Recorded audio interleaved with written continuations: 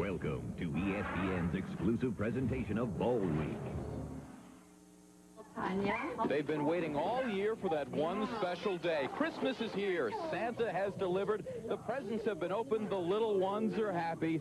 You're stuffed after that big holiday meal. And now? Hey, Dad, it's time for football. What football? The Oahu Bowl. I don't want to miss it. Air Force has been a force this season, 11-1. The Falcons of Fisher DeBerry won the Western Athletic Conference Championship. Powered by senior quarterback Blaine Morgan, the Falcons have run to glory with the third-best rushing game in the country.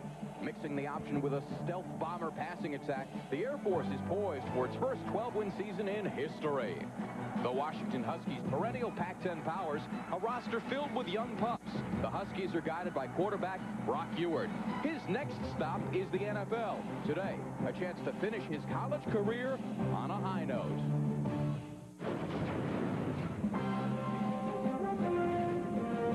Aloha! As you look at Diamond Head, we welcome you to the first ever Jeep Oahu Bowl. As 13th ranked Air Force, the Western Athletic Conference champions, take on the Washington Huskies from the Pac-10. Mele Kaliki Maka and Haole Maka Hiki Ho. Larry Beal along with Todd Christensen. The hat gives you that distinguished look I know you've been going for. Spending a week in the islands around the holiday times can't help but be a relaxing experience. But if there's one guy, Todd, who is anything but relaxed this week, it has been Fisher DeBerry, the head coach of Air Force. Hawaiian intensity, not unlike jumbo shrimp, may seem oxymoronic, and that's what it is. Nonetheless, Fisher DeBerry is somebody who very much wants to win this football game. You saw his 15-year record. A lot of people may not be cognizant of what he has established over the last two campaigns. Very impressive, as you can see right there. But in the postseason, a very different story. They have lost 3 straight times. So much intensity, Larry, that over the last week, the assistants stayed with the team rather than go out and recruit. Air Force wants to win this game. Washington wants to win also. As we take a look at their side of the ball, Brock Eward, the quarterback, he's a junior. He'll be playing his final college game for the Huskies today. He's decided to go into the NFL draft. And a win today for the Huskies would be a nice finish to a season filled with growing pains and injuries. Last year, a lot of people had him rated right behind Leaf and Manning. They were very impressed with his ability to stand the pocket and, of course, all the physical dimensions. Been a very frustrating year for Eward. He just has not been able to do the things that he wanted to do. And he expressed a little bit of his frustration to us earlier.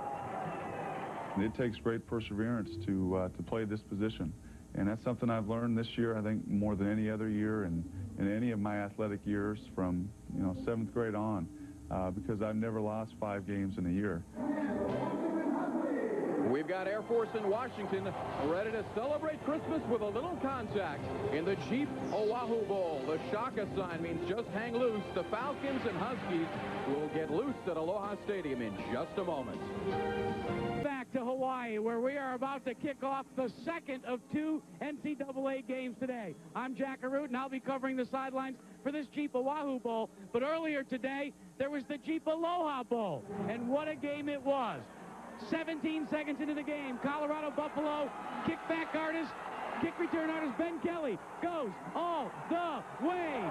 93 yards, and that was the first 6 points of a 94-point shootout that the Colorado Buffaloes won. Coach Rick Neuheisel, your Colorado team really had to fight all the way. Yeah, I tell you what, it wasn't over till it was over.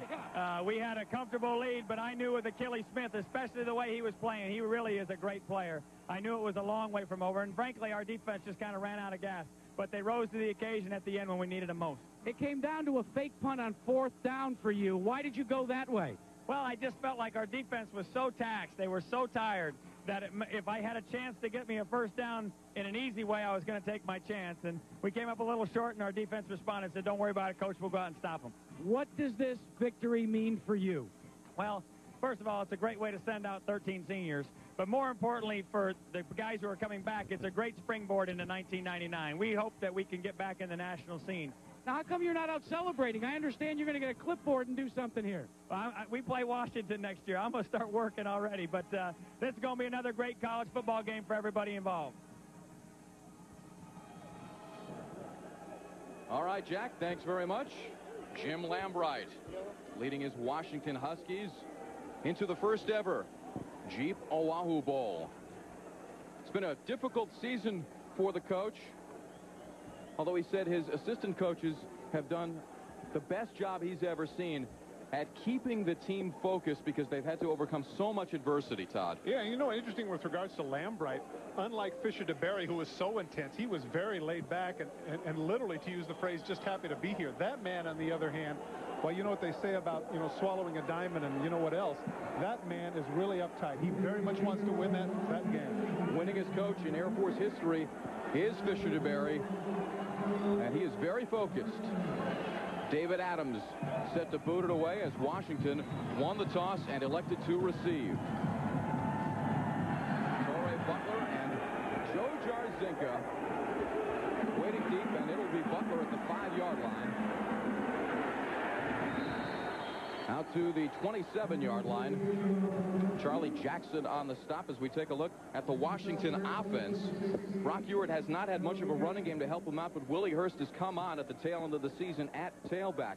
Ewart's favorite target is old buddy from high school, Dane Looker. He was playing college hoops until Ewart recruited him to the Huskies. A lot of beef up front protecting Brock Ewart. A man born to play center is Ken Hutt, who transferred from the Air Force to UW. 1st and 10 for Washington. Opening possession of the inaugural Jeep Oahu Bowl. Willie Hurst, the tailback, gets the carry over the left side. Out to the 30-yard line. Stopped by C.J. Zanotti as we take a look at the Air Force defense. Bryce Fisher, a man with something to prove. He's from the state of Washington. The Huskies said they didn't want him. He'd like to show them they made a mistake. The Falcons, they don't turn out a ton of pro prospects, but Craig Thorstensen happens to be one of them as we give you the linebackers. 6'2", 242 pounds, good size inside for Thorstensen. In the secondary, Jason Sanderson, like the quarterback of the defense. Falcons will play a lot of zone. See if Brock Ewart can exploit that on 2nd and 7. Complete to Gerald Harris. Receiver, and it's fumbled. It's a good call. There was a battle there. He stripped it when he was laying on his back. Jason Sanderson thought he had a touchdown. Well, it's really a great job by the corner coming up. In this case, it was Sma comes up and drops him, and he starts to strip for the ball, but just a little bit too late. The crowd wants the turnover, but a good call by the official. Watch at the end of the play. There's the collision. His knee was already on the ground. The ball bounces up. Everybody's excited, but to no avail. I'll just call it a 4-yard pickup, so instead of the excitement of quick fireworks here like we had in the first game, a touchdown on the opening kickoff, instead it's merely 3rd and 3 and no scores. The Falcons show blitz. They don't come. Ewart throws complete. 1st down yardage for Chris Juergens at the 39-yard line. Juergens has the dimensions that they like at wide receiver, and Washington certainly likes him as their possession guy. 6'3", 210 pounds. He'll play about a third of the plays and come up with 3rd down catches like that. That's what Washington wants to do. They want to spread Air Force out a little bit because Air Force's success defensively has been their ability to blitz from a number of different angles. Here's Brock Ewart, 53% on the completions.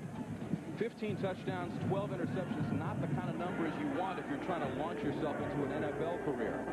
1st and 10 for the Huskies. And Hurst stumbles in the backfield as he takes the handoff and barely gets back to the line of scrimmage. Good penetration on the part of Thorstensen as he stood up the fullback, forcing Hurst to trip it up. And you know what, you're right. Coming back to Ewart as we get a chance to see the replay.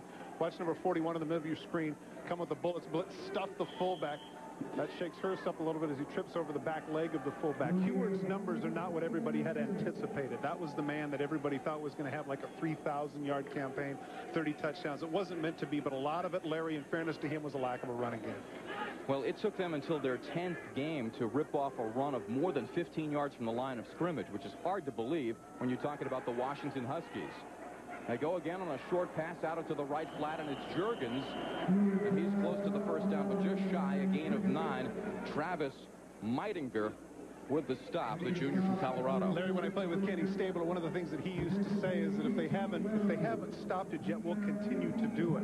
I remember Mark Van Eegen getting about 350 carries on the same play. Here's a situation where Juergens comes out in the flat. Air Force comes with the corner blitz, but they can't do anything with it.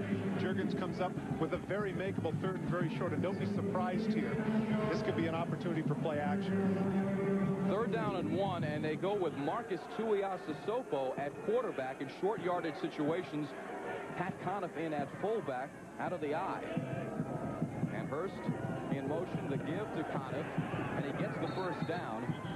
out past midfield. Stopped by Thorstensen. Interesting there, because they actually gave Air Force a little of their own medicine, kind of a veer option thing. And a good job by Tuiasosopo getting the handoff to the fullback. A lot of times when you're a young quarterback and you come in fresh, you want to handle the ball. Instead, he makes the right decision, gets it to the fullback, gets the first down. And quickly, Tuiasosopo to the sideline, and they go back with Ewart. It's not quite the kind of two-quarterback system that you see with the Arizona Wildcats, because Tuiasosopo is mostly a short yardage guy. The pitch goes to Hurst running left. He coughs it up, but I believe he was down again, just as we saw earlier.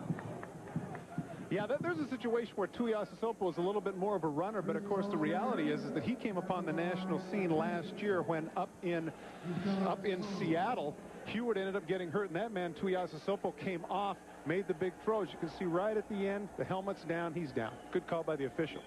So Tuiasosopo came in through for over 200 yards against the eventual national champion Nebraska, and as a result, he's taken on a leadership role with the Huskies. 8th play of this Washington drive coming up, 2nd down and 3, as the Huskies have been able to flip it out and use a little brute force to move the ball on this opening drive. 21, Jarzinka in motion. He's going to get the ball around the left side, and he's got speed to burn, exploding past the 30-yard line and inside the 30. You know, it's funny because Jarzinka looks like the kind of player that should be playing for Air Force. 5'7", 175 pounds, a definite overachiever who can do so many things. There he comes on the little bit of the miniature reverse, cuts inside. If he could have kept his feet right there, look at it, just gets tripped up by his own man, or he had a chance to go to the house. Jarzinka, 5'7", 175 from Gig Harbor, Washington. He plays about 4 different positions, which is why he was the All-Pac-10 all-purpose player this season. 1st and 10 for the Huskies. Little misdirection, and they give the handoff straight up the middle to Hurst as they had Looker on the arc. You know what, Larry, for the parents out there and for the Jarzinka fans, number 21 of the Huskies, don't think that your son is too little to play. 5'7", 175. He returns kicks, as you pointed out. You'll get to see him later kicking off. It just isn't as big a deal. There are people that have the large hearts that can play. Jarzinka is certainly one of them. Barry Sanders is going to be the all-time leading rusher in NFL history sometime next year. He's 5'8". Just isn't that big a deal. 2nd down and 9 for the Huskies on the opening drive of this opener in the Jeep Oahu Bowl. First ever game at Aloha Stadium. You were taking a long time at the line of scrimmage, plenty of time to throw, and it's batted down by one of the interior linemen.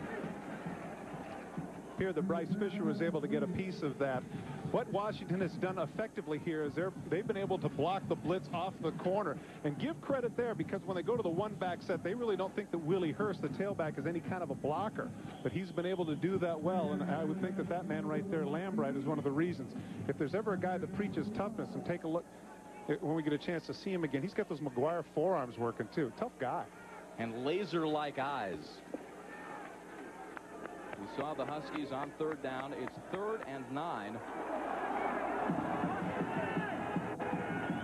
This is Stewart flipping it. Morgans, and he is dropped on the play by Travis Meidinger. One thing you're not going to do to the Air Force defense too frequently is fool them. Well-disciplined. Take a look. The idea as he rolls to his right is that the flow is supposed to go with him. Well, certainly the linebackers in coverage do, but now when he pivots back, take a look at Meidinger just come like a bolt of lightning. No pun intended.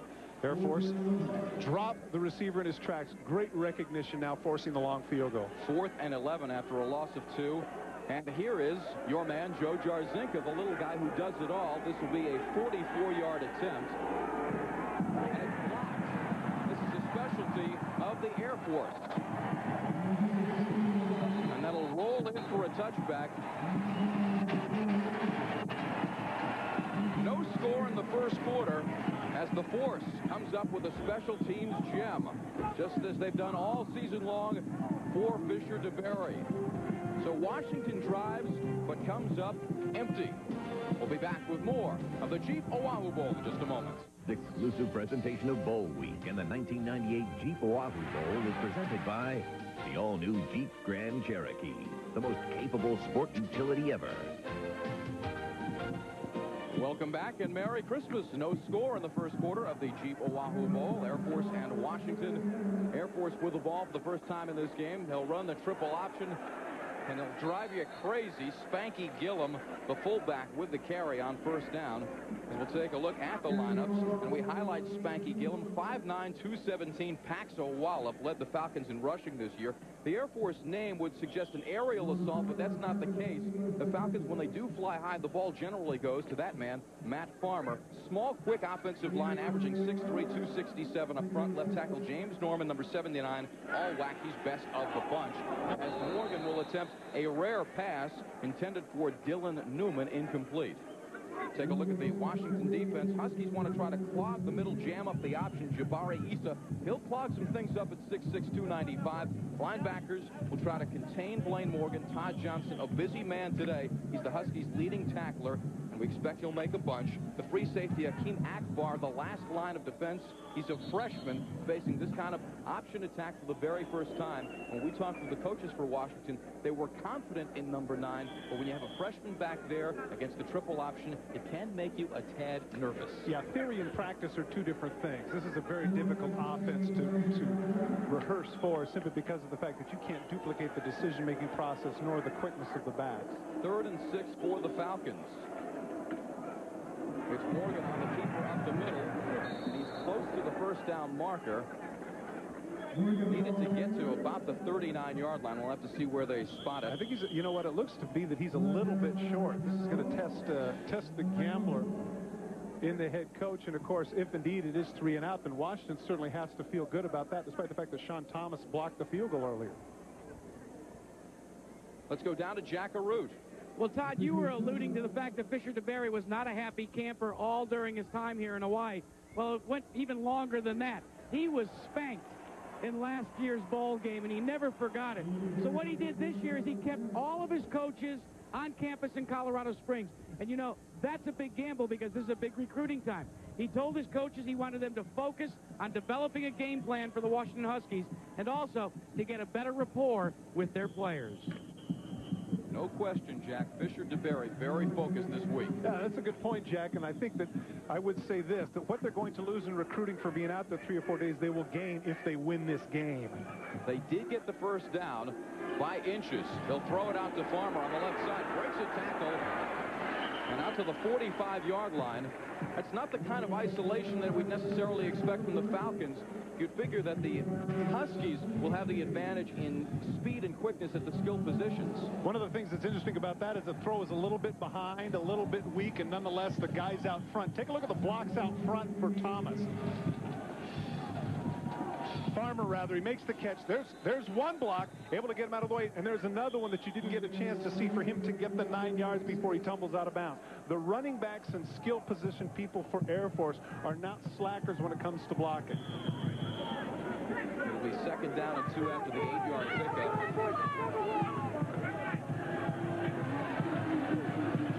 And not in the wishbone, but still running option this point, and that is a dangerous flip that goes out of bounds from Blaine Morgan. Normally, he is so precise, but on the pitch, attempted to Scott McKay, a defender in between. What ended up happening is that Nigel Burton does a great job of staying with his assignment, and Morgan doesn't see him. Here he goes with the 360. Now he comes out. Right here, he should take it up because look at Burton. Burton right there. He's with his man all the way, and he's very fortunate there that they were able to get that one back. But as a result, talk about a fortuitous bounce. Air Force ends up with the first down, Larry. Well, a very dangerous pitch that happened to end up in the right place, out of bounds for a first down. Not the way they designed it. This is the way they designed it, with a first down, hand off to Spanky Gillum, 5'9", 217-pound senior from Arkansas, the leading rusher for the Falcons. His given name is Charles. His grandmother called him Spanky. One of the things that's difficult for Washington, you stop the option in one direction, then it comes in another. When they had played Notre Dame in 1996, Larry, the Notre Dame coaches broke down the film and discovered that they ran the option from 21 different formations. How difficult is that for a defense? It only seems like a bazillion. 2nd and 5, another dangerous pitch. Valerio Brown breaking tackles. Singleton gets the first down. The Q, the fastest man on the Air Force roster with a pickup of 9. You know what, Larry? I know you're just happy because you're looking forward to saying Qualerio. We got some great first names, but here it is once again. Blaine Morgan has confidence in his ability. A dangerous pitch, as you pointed out again. He gets whacked. Qualerio with the Chuck Foreman 360 breaks out of the tackle of the free safety Akbar, gets across the 40 for another first down. The Chuck Foreman 360? It dates me. I understand. I'm a 70s guy. First and 10 for the Falcons. They'll run out of the eye this time. Play action. Morgan to the air. Great throw. Beautiful throw and catch. Complete out of the backfield to Scott McKay. There is no way that Washington, coming into this first particular series, would have guessed that Air Force would have already thrown the ball. I think this is, if I'm not mistaken, this is the third or fourth pass of this particular drive. No way Air Force throws this much.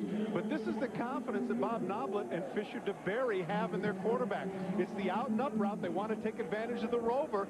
What a great throw, right on the money, and not a bad catch by number 30. Lays out, makes sure of it, and of course he wants to make sure of it because he knows he's not going to get that many opportunities. That is for sure. First and 10 after a 23-yard pickup as they go back to the option game, and it's the same man who just caught the ball, McKay, surging to the 11-yard line.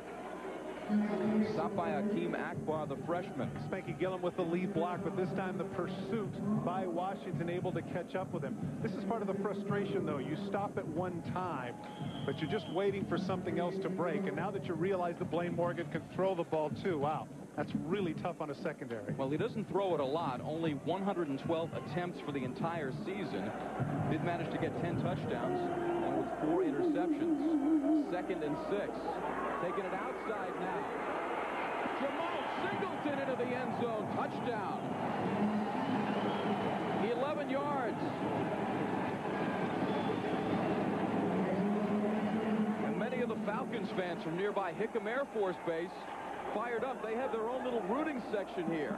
Amari Lowe, the corner, lost contained. Cut to the outside, able to get in the end zone. Take a look coming to the right of your screen. He's going to have to break one tackle, and that's what he does. There's Lowe right there. He does not maintain the leverage that he needs to, and as a result, on the AstroTurf, able to make the cut in for the touchdown is Singleton. His second touchdown rushing this season. Jackson Whiting on to attempt the extra point. And Air Force strikes first. Merry Christmas. Well, Air Force is the group that can do this. They drive you crazy. They can throw. They can go to the inside, but they can go to the outside here. Singleton with the initial 6-pointer of the game for the Falcons. Hi, this is John Oates from Hall & Oates. When I'm in the recording setting, quarterbacks, Purdue's Drew Brees duels with Kansas State's Michael Bishop. The Builders Square Alamo Bowl, Kansas State versus Purdue at 8:30 Tuesday on ESPN. Welcome back to Hawaii. That guy's name is Arthur, and Arthur's feeling pretty good right now after Air Force drives 72 yards in 10 plays, eating up 3 minutes and 10 seconds, and using the pass, Todd. Yeah, that was amazing. Of course, that had to make Arthur feel good. And, of course, if you're Arthur, it feels good to be the king. Jamal Singleton scoring on an 11-yard touchdown run, and think back to the defensive play made by Sean Thomas, blocking the field goal when it looked like Washington had the early momentum.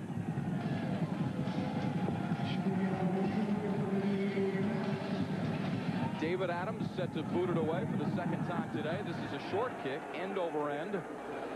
It'll be taken by Butler about the 20-yard line, and they stack him up at midfield.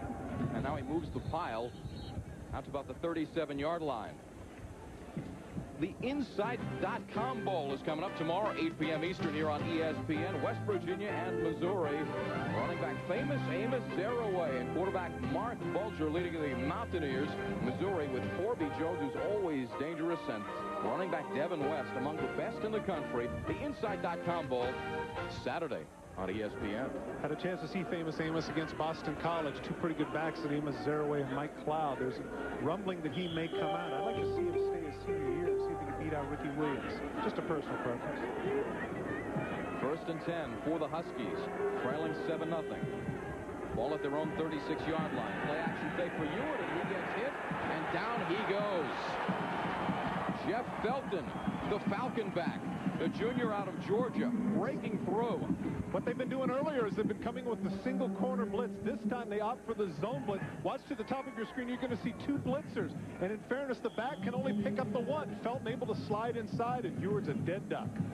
Loss of 8 on the play. The battle here is, can Air Force stay in the zone defense and blitz guys selectively from various parts of the field versus Eward? Will he have enough time to throw against the zone to pick it apart? 2nd and 18 as Conniff goes in motion. They'll give it to Hurst. Hurst showing good leg strength, able to drive the pile here. Out close to the 40-yard line, Jason Sanderson on the stop at 12-yard pickup. Nice job in the delayed counter. Trey is the off tackle and guard able to pull through the hole and create a big enough cavern that now Eward comes up with a pretty makeable 3rd and 6. Willie Hurst, one of 8 freshmen to start the season for Washington. And most coaches will tell you, the more freshmen you play, the more mistakes you're going to have and the more losses you're going to have. It's growing pains, and that's what this season has really been about for the Huskies. It's not to say he's not a good player, but if you have a whole bunch of guys that are not experienced, it can cause some problems. 3rd and 6 for Eward. Slips down, regains his balance, and then throws high. Intended for his favorite target, Dane Looker, at midfield, incomplete. I think there's the answer to your question that you posed earlier, Larry, and that is as to whether or not they have the confidence to stay in the zone defenses and blitz a little bit. Looker, of course, is a tremendous guy, a former high school teammate of Eward with 64 catches coming into this game. But nobody has ever accused him of being within shouting distance of a track meet, as opposed to Hooker, their injured receiver, who's not here, who is the NCAA champion in the 55 meters. They really miss him because they need him to stretch the defenses. And how many teams can say they line up with a Hooker and a Looker at the same time? Great name. 4th and 6, and the Huskies were punted away. Matt Farmer, the deep man, awaiting the punt from Ryan Fleming. Nice kick. There's Farmer retreating, stumbling back to his own 15-yard line and topples forward to the 17. Stopped on the play by Curtis Williams. Coming right back. 7-0 Falcons. Redskins against the Cowboys. Just pointing out that you don't really know your history. Welcome back to Moon over Oahu in the first ever Jeep Oahu Bowl. Falcons with a 7-0 lead. This was the early momentum changer, Tom. Big play right here, because you'll see Sean Thomas get the hand up right in the middle and get a piece of it. And, of course, Washington had a lot of confidence because they had driven into field goal range, and it turned right around when Air Force gets the ball and marches down the length of the field to get their initial score. Now, as you see right there, 2nd in block kicks. I also had Virginia Tech earlier in the season. It takes a lot of discipline to block those kicks. It takes a lot of discipline for the Huskies to keep pounding the fullback as Air Force wants to run Spanky Gillum and run him hard to soften up the interior of that Husky D. Spanky's hurting a little bit. Maybe it's those pretty blue shoes. Now, Spanky Gillum, I really like him. He was huge in their WAC championship game against BYU, scoring that last touchdown. He's their leading rusher at 5:27 coming into this game. 2nd and 4. Morgan will keep it. He's got a seam. Lowers the shoulder and takes the hit. Yeah, but you know what? How many quarterbacks do you see do that? I just love that. It's got to be messed up a little bit when you see. It feels good if you're on offense as you see Gillum trying to walk it off. Take a look at this quarterback. Do you see him slide? I don't think so. And plus, his brother Bo would never let him hear the end of it. Tucks it under his arm. He's going to lower the shoulder right there. Able to drop him. Got to give Akbar credit. But then again, that's a tough quarterback. Blaine Morgan goes 5'9", 192. Senior out of Carrollton, Texas. I got to tell you, Larry, that just from a football player standpoint, when you see your quarterback do that, you're willing to dive and do all the things for him, too. 1st and 10 for the Falcons. And they'll throw again. Complete. Valerio Brown, the Falcons, living up to that Air Force moniker. Now, this is very uncharacteristic for them. A 30-yard gain and part of the bowl preparations for Fisher DeBerry, obviously. You see Qualario Brown is just going to run the swing route, and the play action just sucks the linebackers in. Morgan has the great touch. Look at that, just way too late. And that's the man that we talked about right there, the freshman free safety Akbar, who is not in the coverage he should be. Air Force takes advantage of it. Well, Morgan is 3 for 4 for 61 yards. You take a look at their passing attack. And now they get a little fancy. It's a reverse to Farmer. The 40 dips outside, and he is dragged down on the play by Wandabe Davis, another freshman back in the secondary for the Huskies, a pickup of 9.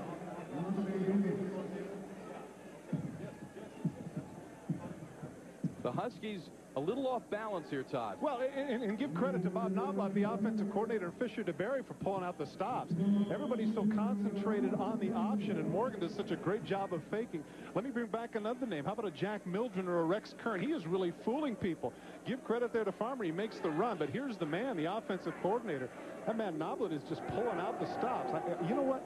He didn't tell us much yesterday. I should have asked about some of the gadgets. Here's Morgan and Keith again, taking on 3 or 4 Huskies.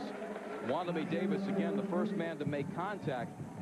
Talk a little bit about this passing attack that all of a sudden we're seeing here for almost the first time. Think about this. Brock Ewart threw 62 times against USC. That was one game. It took Morgan 6 games to reach 62 passes. Well, once again, I think the key stat that I see with regards to Morgan is 19-3. That's not touchdown interception. That's his record as the starter. That's important. First and 10 to give to hard-running Scott Becker in at fullback. Let's go down to Jack Arute. Well, let's update you on the condition of Spanky Gillum. They're just going to retape his left ankle. He said it was a little stiff, and they're just going to tighten it up a little bit. The same cannot be said for Falcon back number 7, Warren. Sean Warren is still limping around. They took him into the locker room, tried to retape him. He's questionable whether he'll return to the game. Thanks, Jack. Second down and 6 for the Falcons, as Becker, number 44, stays in at the fullback position. And they'll fling it again to Farmer. Nice catch, and almost breaking free at the 15-yard line, stopped by Torrey Butler. Otherwise, that would have been another 6. I chatted with Bob Knobloch yesterday, the offensive coordinator, asked if Farmer was the goods or if he was simply one of those guys that takes advantage of all the play action, a la, say, Tinker Owens when he was at Oklahoma, getting all those guys. Well, this is an all-time name game for you Reference here. City. Yeah, it is. He told me he was. But this is a guy that could go deep and make some plays, as you saw there. Very good hands there on the hitch route. Another first down for the Falcons. They lead it 7-0. And this is Becker up the middle, hit by Akbar. Boy, he was. A whole bunch of purple shirts. You know, the defensive coordinator, Randy Hart of Washington, when he made reference to Akbar, he said that he is a hitter now who's better at this stage than Lawyer Malloy, the potential Pro Bowl safety. There he is right there in the middle. He was talking about Akbar and the abilities that he had in the secondary, that even though he's a freshman, that he is going to be a good one. He has the potential to play on Sundays. Second down and 5 as you take a look at this drive. Air Force controlling the game and the clock. As Morgan will run the option left. Pitching, and that is Brown. Close to the first down marker. I think he's got it. But again, who's up to make the hit? That's Akbar again. The young man is really getting his baptism of fire. And as you pointed out earlier, even though the young man makes some mistakes, he makes the mistakes, as they say, aggressively. He comes up and he'll hit you. Well, how do you get to be 11-1? One way is to capitalize on your opportunities in the red zone, Todd. Look at those numbers. Yeah, that falls under the heading of impressive. When there's only 3 times, again, we talk a lot about the discipline of Air Force. They don't leave the ball on the ground. They don't make mistakes. 43 out of 46, that's just unconscious. And the 3 times they were unable to convert was only because of missed field goals. They did not turn the ball over. Just shy of the first down. So to set up 3rd and short. Here are the Huskies now, okay? Give me the mindset, because they've obviously spent the past 3 weeks working option, and not thinking a lot about the passing attack that the Falcons have unveiled today. Well, if I'm the Huskies, I let the quarter run out and regroup. That's not an option. Sure it is. They'll bring it back and they'll start the clock. There's 11 seconds left. Yeah, they're definitely on their heels. 3rd down conversions, and you see 50% for the season to lead the WAC for the Falcons. 1 for 1 today. And Blaine Morgan does not like what he sees. He's going to call timeout. No, oh, actually, the clock ran down and out. I wasn't kidding with you, Larry. I told you that. You were right. That was sound strategy. Talk about a balanced attack. 1 quarter of play in the books, 78 yards rushing for the Falcons, 73 yards passing, and they have a 7-0 lead.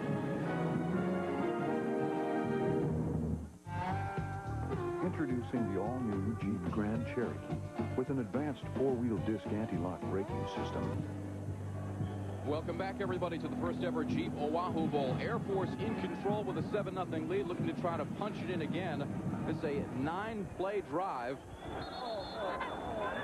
And on 3rd and short, the Falcons think they've got it, and the Huskies think the football popped loose on the quarterback sneak. First down. The officials having none of it.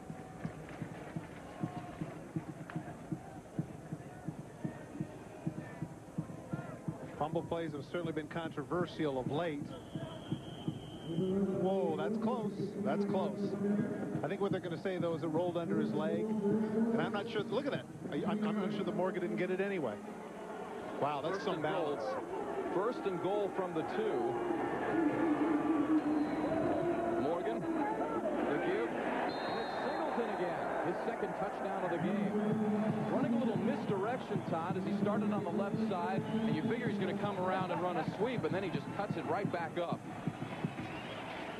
Good job at the point of the attack. You know, I was looking through the statistics here to see, and Singleton is a senior. I think that's one of the reasons why maybe they want to give him some of the gravy. And there's Spanky Gillum helping with the lead block on the play as Jackson Whiting will attempt the extra point. It's been all Falcons early on. The Huskies had that initial drive, then the blocked field goal, and since then the Air Force offense has been nearly perfect. Well, as you mentioned, it appeared to be a little bit of a misdirection. Actually, what it was somewhat of a delayed draw. You see Blaine Morgan come out. Looks like he might run. There's the hesitation step. Gets singled to the ball. Oh, man, look at that. Gillum hits a man in the end zone. That's how far back things have been pushed up.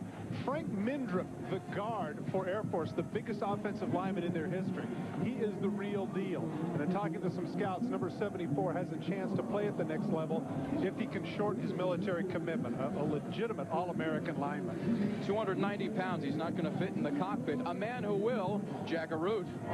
Well, guys, the Air Force band is going crazy down here, but there's only one problem. There's only 2 members. You see, the Drum and Bugle Corps from the Air Force Academy was supposed to be brought over here by military transport, but Operation Desert Fox took their aircraft away. So what they've done is they've recruited these 2 drum majors and this CD player. But they do have good choice in music. All right. Hey, I tell you what, though, Jack, here's the deal. I got $1 for every push-up you do. I got $1. I got $1 up here for all the push-ups you do when they score points.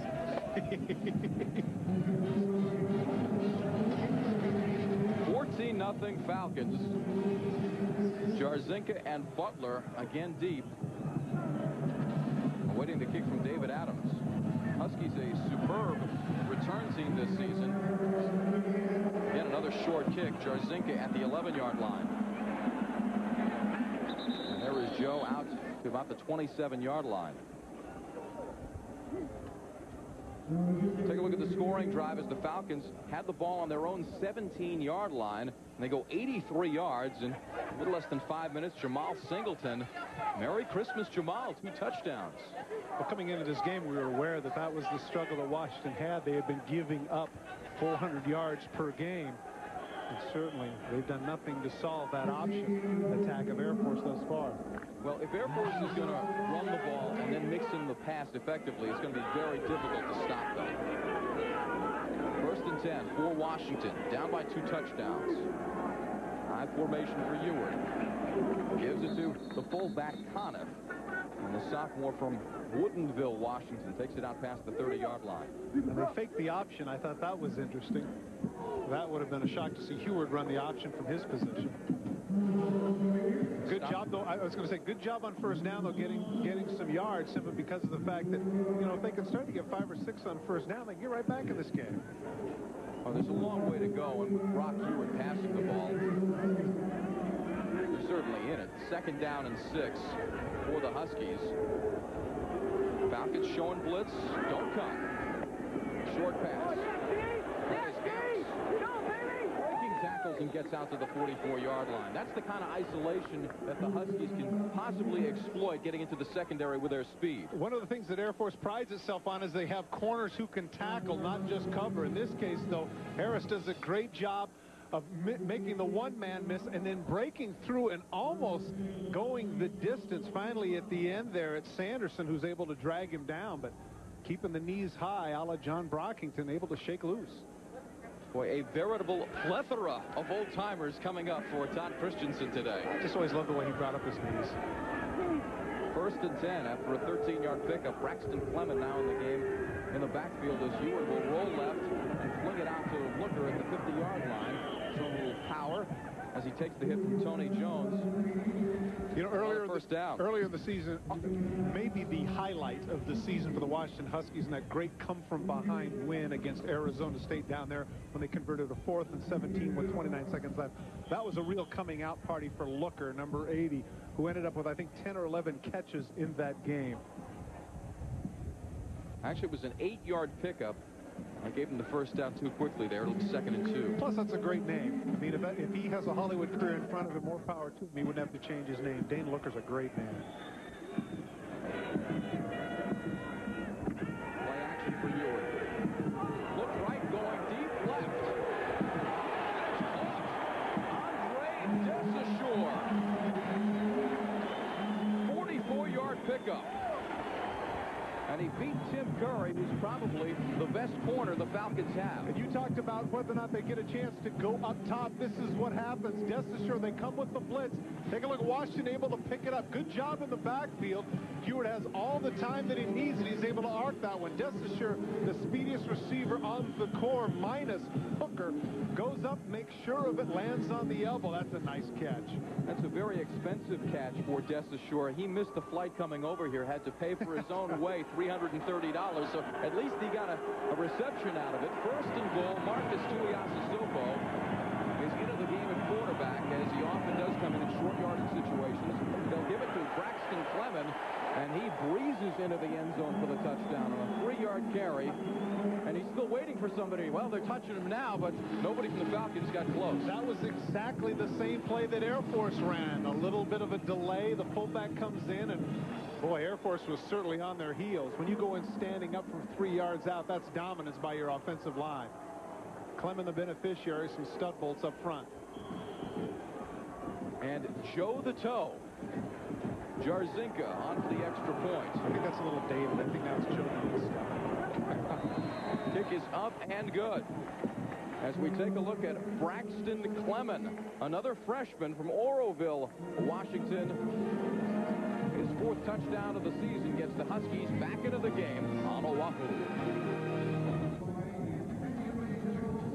We talked about the cavern that was the hole on the run through the left side. Take a look right here what happens. Just an absolute gap. Great job at the point of attack by both Cadlitz, the center, and of course the strong guard Chad Ward, just moving his man out. As I say, when you come in standing up from 3 yards out, that's dominance by your people up front. 5 plays, 72 yards. We talked about the quick strike capability of the Huskies, and Braxton Clement on the 3-yard touchdown run to get the Huskies back in the game. Craig Hawley will kick off. Jarzinka kicks extra points and field goals. Hawley with a stronger foot for the kickoff coverage team. Scott McKay is back, along with Matt Farmer.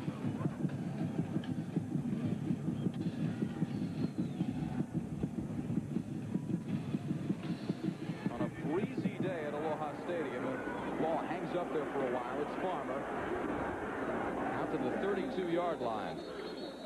On New Year's Day, live at 4:30 Eastern, ABC, the home of the Bowl Championship Series, bringing you the Rose Bowl presented by AT&T. Cade McNown leading 5th-ranked UCLA against Ron Dane, the Bigot, 9th-ranked Wisconsin. A Rose Bowl, New Year's Day on ABC. I believe you will be there for ESPN Radio. I'm about to say, for those of you that can't make it to your television sets, tune into your radio where Charlie Steiner and I will carry it for you. That should be a great game. They're in the cool zone right now on the Huskies sideline, probably feeling a little bit cooler after getting on the board here.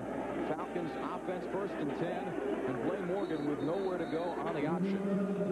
Good penetration. concentration on the part of strong linebacker Jeremiah Farnes to break the thing up before it even got started. He didn't make the play, but he was in the backfield. Number 4, another one of those great linebackers who's strong and fast coming out of Huskyville, a la Seattle. Sophomore out of Sacramento, started every game this season. 8 sacks, 14 tackles for loss. He's a player. Used to being in the backfield.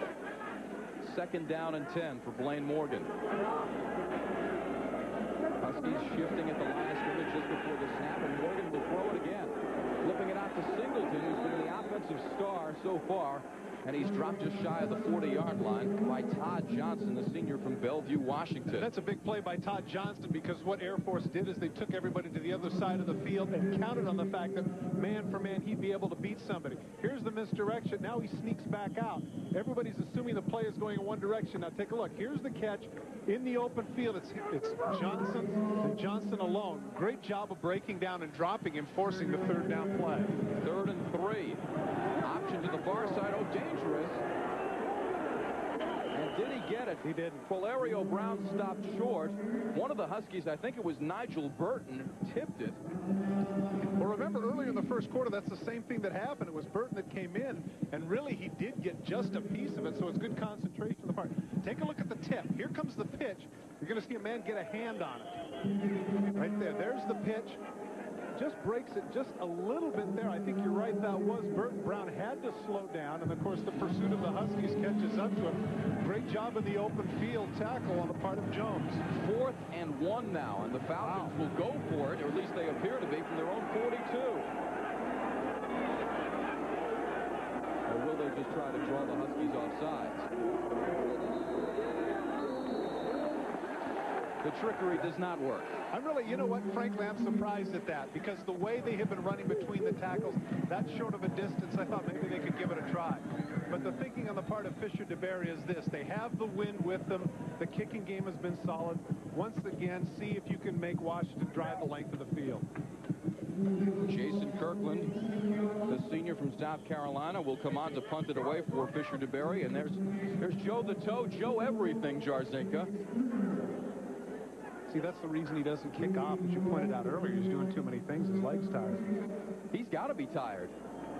The fear that the Huskies have to have is, should he ever get hurt, they would need 4 guys to replace him. Wow, nice kick. And he will almost never fair catch it. At the 13-yard line, squirting up the middle, goes Jarzinka. He's become a cult favorite in Seattle, out past the 32-yard line. 52-yard punt and a 22-yard return. The Huskies will get the ball back, looking to tie it up. 14-7 Falcons on Oahu. January 1st, only on ABC. Back at Aloha Stadium, the Washington Huskies get set to go back on offense, and this time, hiking the ball back to Brock Huard will be Brad Hutt. Now, you notice the Catlets was in the last time, guys. What the team intends to do is rotate their 2 centers. And you know, Todd, that may make the exchange a little dicey now and again. Very good point, Jack. Frankly, I don't understand that because of the significance of what you just pointed out. Evidently, both those guys, maybe they can't go the distance. 1st and 10. It's Braxton Clement up the middle. He has spelled Willie Hurst at tailback here in the 2nd quarter, and there's your man Hutt. I mean, whether he plays or not, it does not get any better than a center named Hutt. When I was in college, I played against San Diego State. They had a linebacker by the name of Travis Hitt. Couldn't get any better than that either.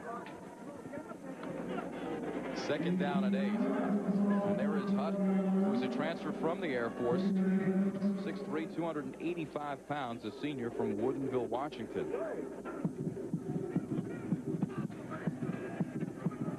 Mike Ewart is changing the play at the line of scrimmage on 2nd and 8. Gives to Clement off tackle right. And the freshman is dropped almost immediately by Mike Tyler. Mike Tyler, 46 for the Falcons. What a great story. You talk about toughness. You talk about discipline. Well, this guy has played almost the entire season with a torn ACL. Well, that hasn't kept him from sprinting off to the sidelines. Wow. That's great. Got a huge knee brace on. It can't get any worse, and he can play with it. 3rd and 7 for the Huskies. Here comes the blitz. Dumped off quickly and incomplete. A little bit of panic on the part of Heward there. They came with the blitz. He had a little more time than he anticipated. Wide open on the right side of the field is the corner. Heward fields the blitz coming, decides to go to Reggie Davis, his tight end, throws a little bit behind him. The ball is batted down by Thorstensson, Mr. Do-Everything on the Air Force defense, and give Air Force credit. The momentum seemed to have shifted to Washington. The defense takes over with a 3-and-out. Ryan Fleming will come out to punt it away, averages 38 yards per punt.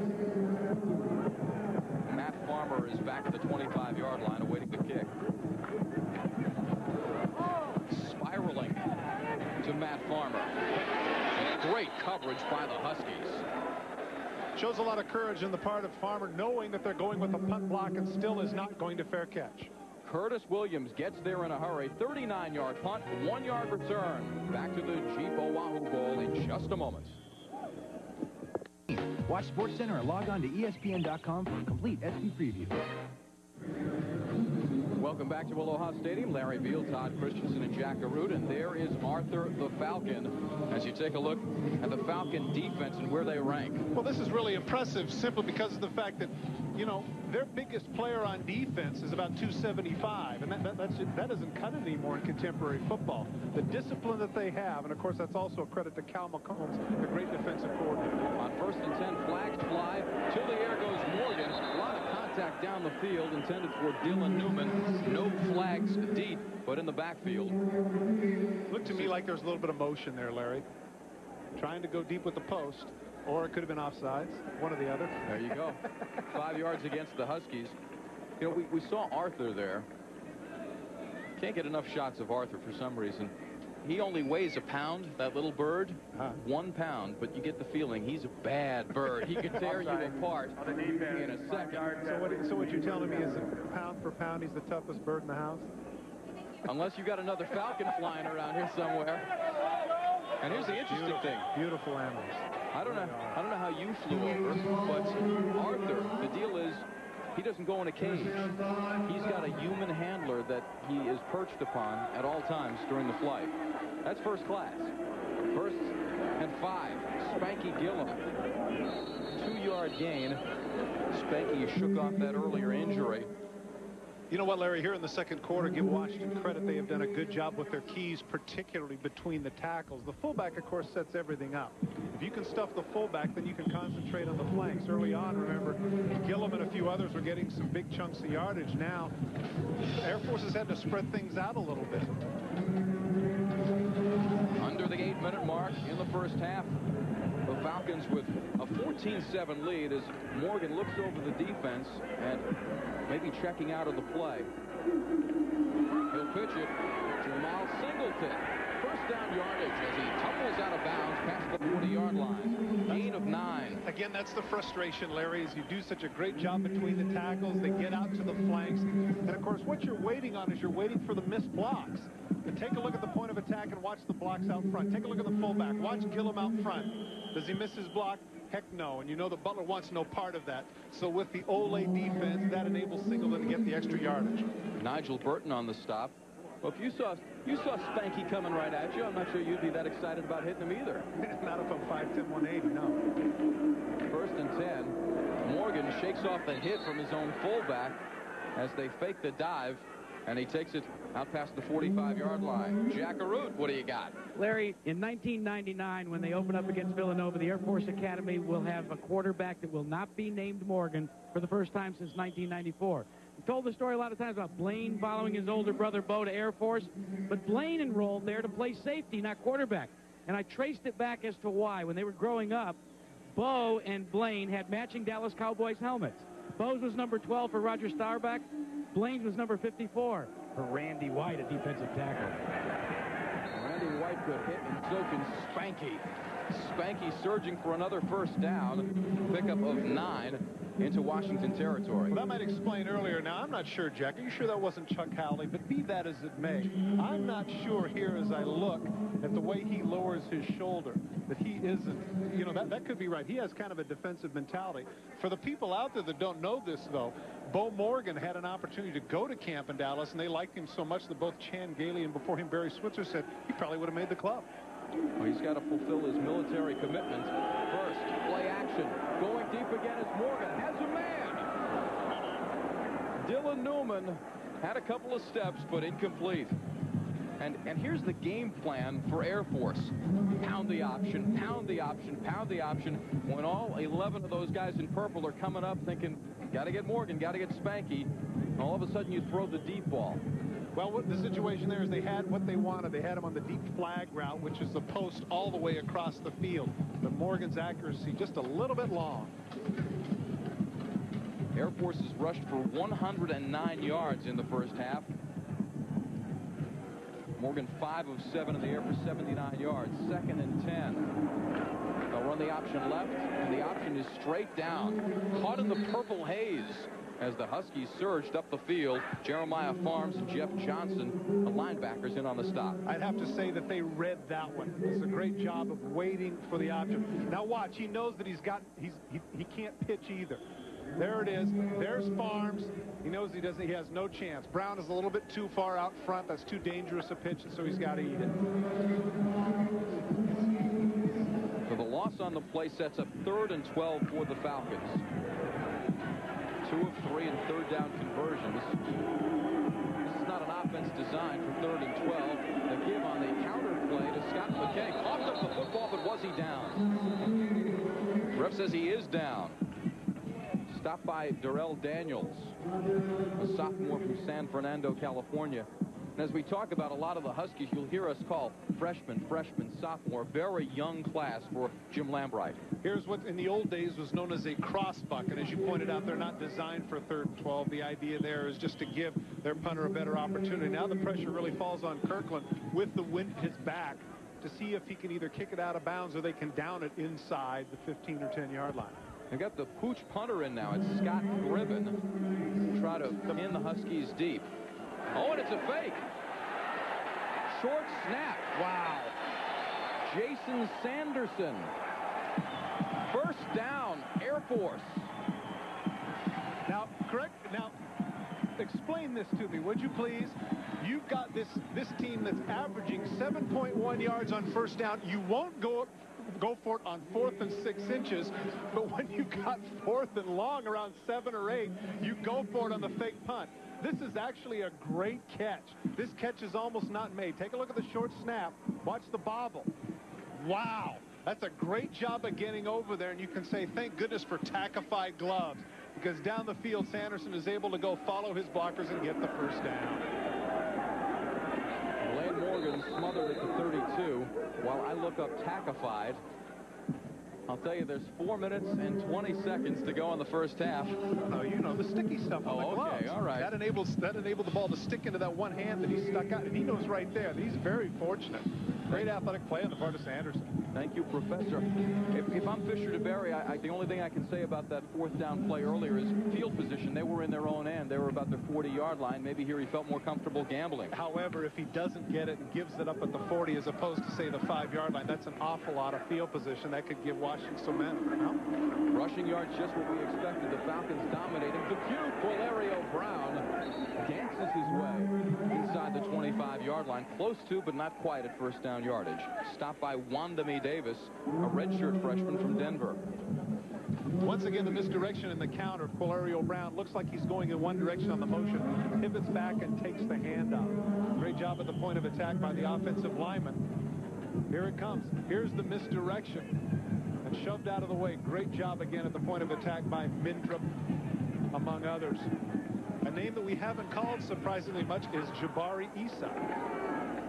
The nose tackle unable to stuff the run, but running it down from the backside is Darrell Daniels that time, as he was able to grab Morgan, but it's still a 1st down just beyond the 20-yard line as the Falcons, that was the 11th play of this drive.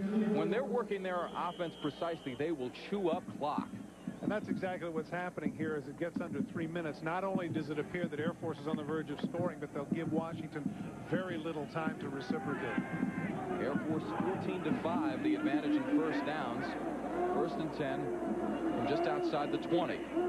Falcons with a 14-7 lead. They'll pitch it out. Oh, dropped. Recovered by the Huskies, but a flag is down as Brown was unable to handle the pitch. Have to see what the penalty is because it might negate the turnover.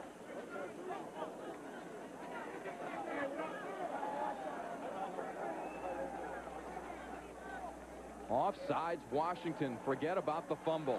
You know, the thing about that, though, is that Blaine Morgan makes a great decision.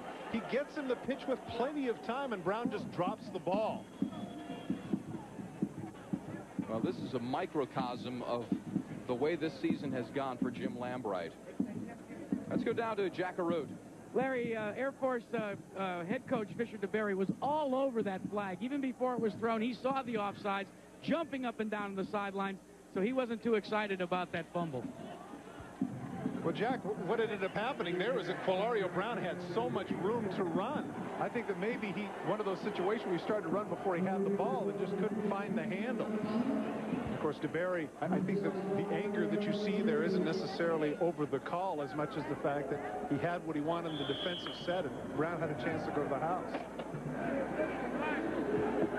1st and 5 instead of a costly turnover. There is Morgan. Oh, they pitch it to McKay coming around the left side. Gets a block.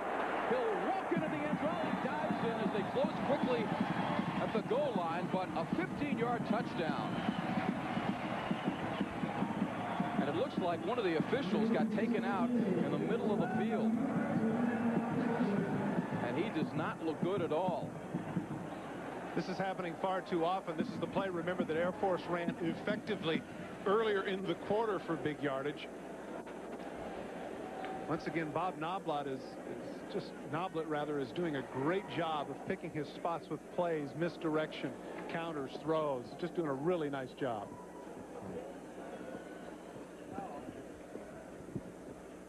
Still trying to get word on the official that is down.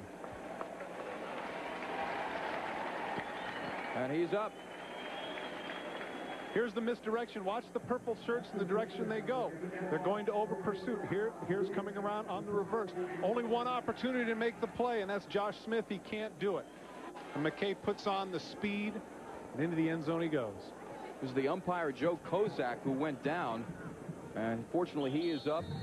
In fact, he's right over the ball as we speak. But boy, for a second, that looked scary. Timeout on the field called by Air Force as we await the extra point. Take a look at that scoring drive. Again, Air Force able to march down the field repeatedly. 12 plays, 69 yards, took over 6 minutes. And the misdirection fooling the Huskies. We talked with the Falcons coaches this week, and they said one of the things they wanted to do was get this quick and athletic Washington team to pursue, and in some cases over pursue, and then you come back with a misdirection or a counter play and take advantage of their own athletic ability. Well, right now, I think everybody anticipated the fact that Washington had bigger, faster guys, but the discipline and the misdirection, and they really have fooled this young defense, Larry. I think that would be the story of the first half. That and the offensive line play, which I think we really need to give credit to. And don't forget the big play, the fake punt with Sanderson running for 10 yards. A couple of plays have turned this game. One was the blocked field goal when the Huskies were marching on their first possession. And then we had the fake punt, and they'll go for 2. Why, I don't know. From the eye, it's Morgan. Down the line. Goes in for the 2-point play to make it 22-7, kind of unconventional. Well, all I can think of is the possibility that maybe their kicker is hurt or something to that effect, because certainly, based on the numbers, that makes no sense. One more look at Scott McKay. Scoring on the misdirection, and the Falcons are in control. Welcome back. We flash back in time to a very dangerous return man. Trey Butler is the one right there who cuts in front of Jarzinka, cuts to the outside. Back in September against BYU, he is going to go 98 yards for the touchdown.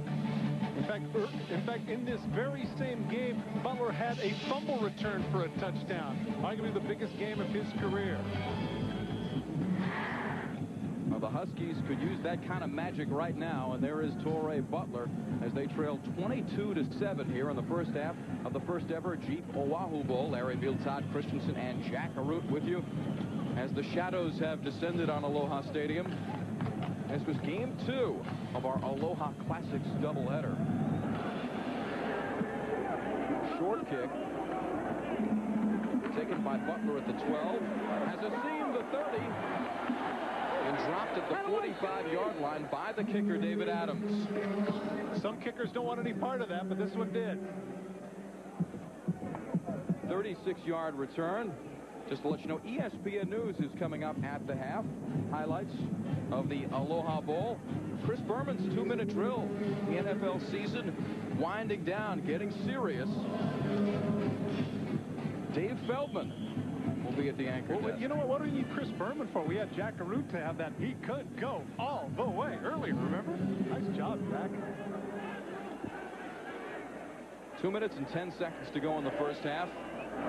First and 10 Huskies. Brock Ewart with time. Wide open is Looker at the 30-yard line. And just that fast, here comes Washington. Knocked out of bounds by the senior Tim Curry. A 32-yard pickup. Air Force in their zone defense gets the deep crossing route, and Heward gets plenty of time. This time Air Force decides to rush forward, gives Heward plenty of time. He's able to sit in the pocket, unmolested, deliver the ball right on the money to Looker. That's the deep crossing route. Gets the ball over the linebackers, and number 80 makes a nice catch. Getting out of bounds, preserving the time. Looker, who says his role model is Wayne Cravett. They're similar type players. First down outside the 20-yard line. Look out! Heward is crushed. Fumble recovered by... I believe Washington got back on it. Well, I tell you what, just as I talked about the fact that they weren't blitzing, this time they come from the backside, and there's just no way Heward can see this. Take a look. Here comes the blitz. It's Curry. Come from the backside, just completely untouched, plants his helmet right in the middle of the back. And fortunately, I believe Reggie Davis is the one, the ball bounced to him. He's the one able to come up with the recovery.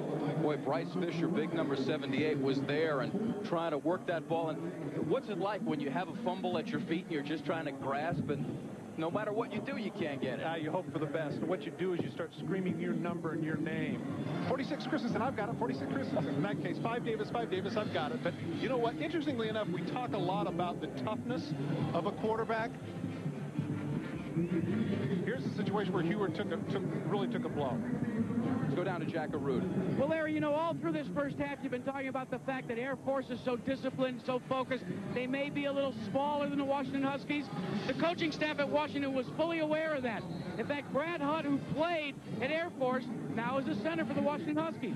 So what did Lambright do? He brought Brad Hutt in front of the team and said, I want you to explain the Air Force way to the Washington Huskies. He said, you're not going to be able to mouth off to these guys. You're not going to be able to play mental tricks with them because they're just tough. Well, they are tough. And that accounts in part for their 22-7 lead. 2nd and 18 now for the Huskies. Ewart looking left. Now he'll take off. Running room. Breaks the tackle at the 20. And down close to the 15-yard line.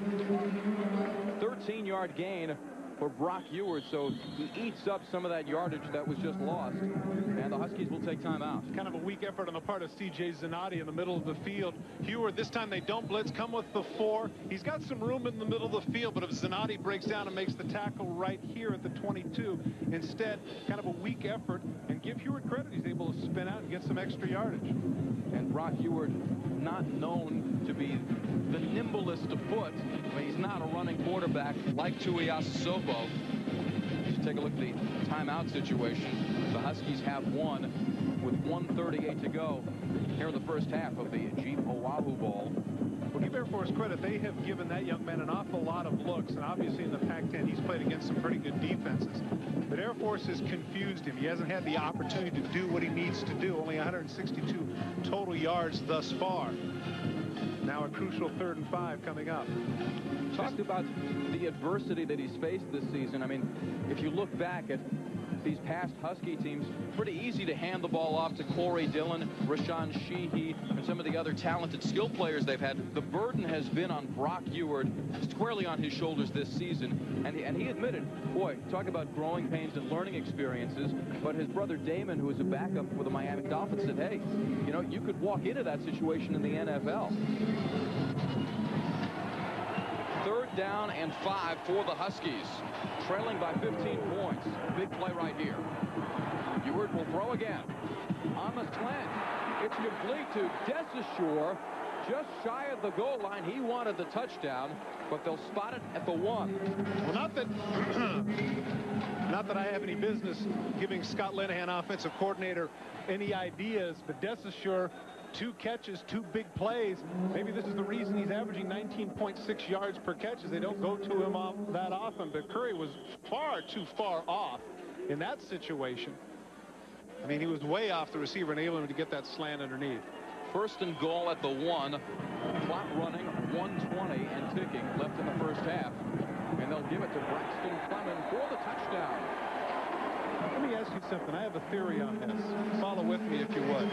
And that is that if you know you're going to score, your offensive lineman is pretty dominant. They're now going to go 2 for 2 because that's what Air Force had to do. What do you think about the idea of the quarterback sneaking and kneeling down and taking some time? Because now what's going to happen is they just scored with 1:15. Look at it. He goes into the end zone easily. Why not kneel down, take up the time, because you know you're going to get it from the 1-yard line? Or is that too dangerous for coaches to think about? I know as a player you were extremely confident. I don't think as a coaching staff, I don't know anybody that would be that confident to sort of say, well, we know we're going to get the touchdown. And then you risk a fumble with additional plays and things like that. As Washington takes a timeout, think about this. Think about the game, huge game that most of the people were watching, which was UCLA and Miami. Near the end of the game, they got down to the 1-yard line. They had Edgerrin James. You knew that he was going to pile it, and you just knew it, first and goal. So why not at that point have the quarterback just kind of huddle behind the, kneel down, force them to use their timeouts, or if they don't have any, take time off the clock, because you've got 4 shots at it, and you're going to go for it because you're down 4. You remember Joe Pisarcik? Oh, Miracle the Meadowlands. You don't want to take additional snaps that you don't need. Just score. Just score, baby. Well, I guess the thinking is that in a game like that, where obviously the defenses have not done too well, you want to keep them on the field as little as possible. And if you can control the game with your best part of it, which in this case is your offense, you might want to do it. Just future, theory. All right, something to think about. Coach Christensen. Well, no, I thought Gary Danielson made a very cogent point in the WAC championship game when Spanky Gillum ran in for the touchdown. If he'd have kneeled down at the 10-yard line, the game would have been over. Instead, he scores the touchdown, gives BYU a chance to come back. So there are a lot of different factors sometimes that we neglect. 2-point play coming up for Washington. They talked it over. We'll see what they came up with.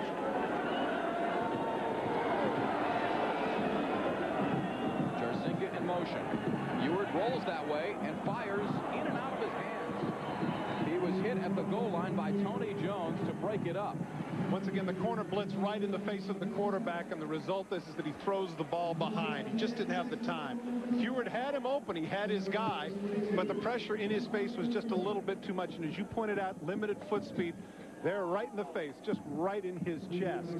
Now here's Jarzinga open. The ball is a little bit behind, almost able to come up with it, but just can't quite make the one-handed stab. So it's 22-13 now, a 9-point edge for the Falcons. Sunday night, an NFC East matchup on ESPN. The Redskins taking on Emmitt Smith and the Cowboys. And then Monday Night Football on ABC, the Steelers against the Jacksonville Jaguars. Steelers fighting for an AFC wildcard berth. They will have their hands full, however, with the AFC Central leading Jaguars. ESPN and ABC, your primetime home for NFL football. Larry, we're college guys, but I got to say here, I kind of thought Fred Taylor got robbed. I thought maybe he should have been to the Pro Bowl. Over 1,000 yards, what, 15, 16 touchdowns? He is a dynamic back. Well, I think that it's important in the Pro Bowl sometimes to not just, to use the line from Casablanca, round up the usual suspects. Oh, that is a good look, huh? Speaking of not the usual suspects.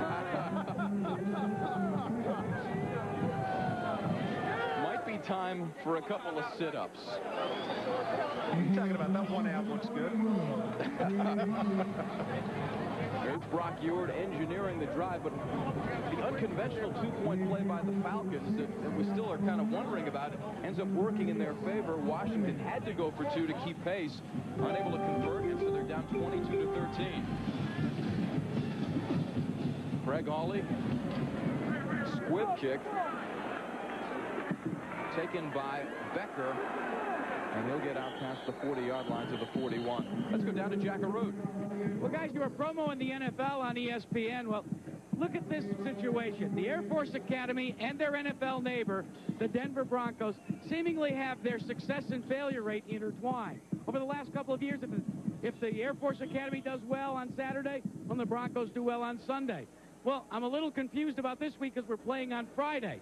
Now, does that mean that it's a good sign against the Seattle Seahawks for the Broncos, or is it a bad sign for the Air Force because they lost last week, that being the Broncos?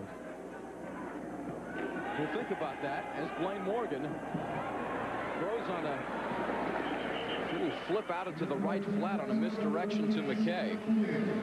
What I needed Jack to explain, that's very interesting, that coincidence, but I wanted Jack to explain to me the squib kick, which I never understand. Now the ball gets run back to the 42-yard line, and 30 yards later you're in field goal position. I never understand the squib kick near the end of the half.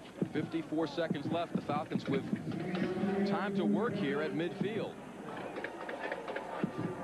Becker is in the backfield on 2nd and 1. He gets the first down. That'll stop the clock as it does in college football. So the Falcons will have it with 49 seconds left and a chance to add some more points. I guess, Todd, what they should have done was just kneel down right around the 2-yard line. If the Huskies would have done that, they wouldn't be in this situation right now.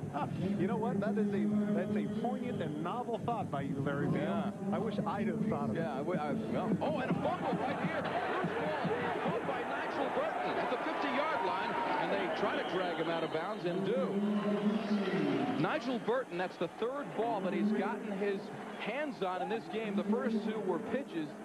Now this one, he nabs. Oh, this is a costly turnover. Morgan, there's the collision, and at the last minute he decides to give him the ball. It ricochets off of Becker's heel into the hands of Burton. Washington really had been unlucky up to this point. Remember, they recovered a fumble that got nullified because of a penalty. Now this time, instead of the ball being in the trenches, it ricochets up into the secondary. Washington in very good situation with 37 seconds left with the ball. And this doesn't happen very often, as you just got a chance to see the turnover margin. And that deficit always in the favor of the Falcons. The Falcons among the best in the country at turning other people over. 37 seconds left for Brock Ewart to try to bring his team a little bit closer. He gives on the draw to Braxton Clement, and they've got him by an ankle. Jeff Howe, a senior, 6'2", 263-pounder, who moved from his linebacker spot to nose guard. I don't understand that play, Larry, because they've only got one timeout. They can't afford to mess around. Under 20 seconds to go now. I guess they were trying to catch him by surprise. Now he flings it out to the sideline. It's complete to Gerald Harris. He gets out of bounds, and that's another first down. But with only 12 seconds left, they got to decide whether they want to try to set up a field goal or take a shot at the end zone. Larry, my mistake. Evidently, they have no timeouts remaining, so that's a great job of Harris in getting out of bounds with 12 seconds left.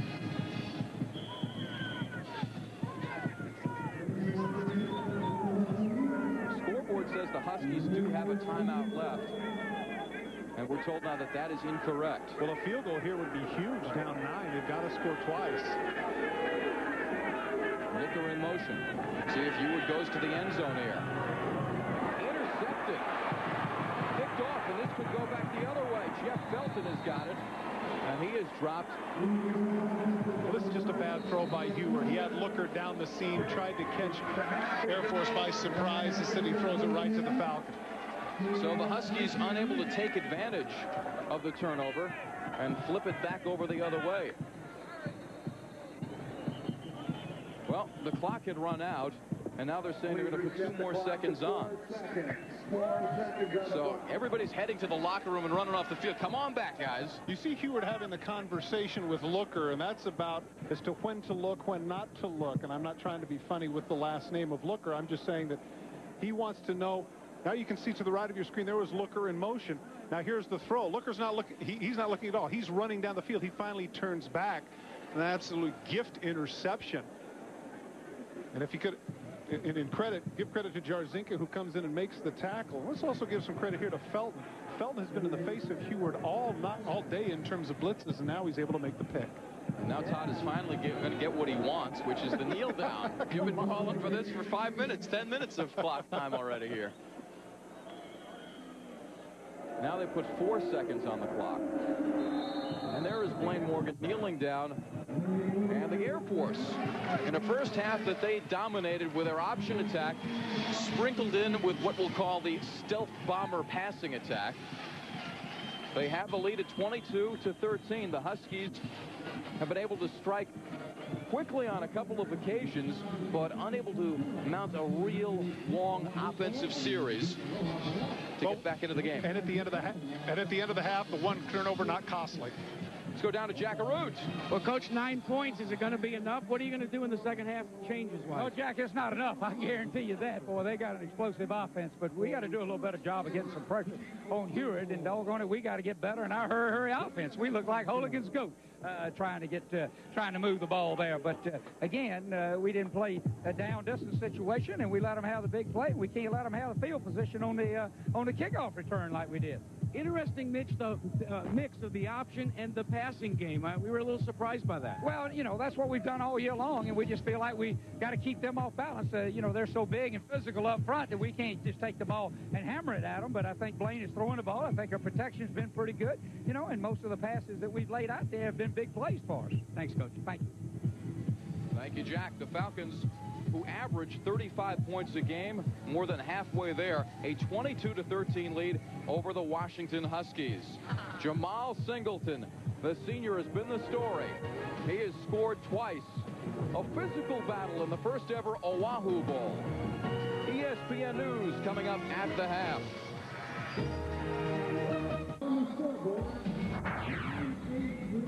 Welcome back to ESPN's exclusive presentation of Bowl Week. Coach Jim Lambright, Washington Huskies, what'd you tell him in the locker room?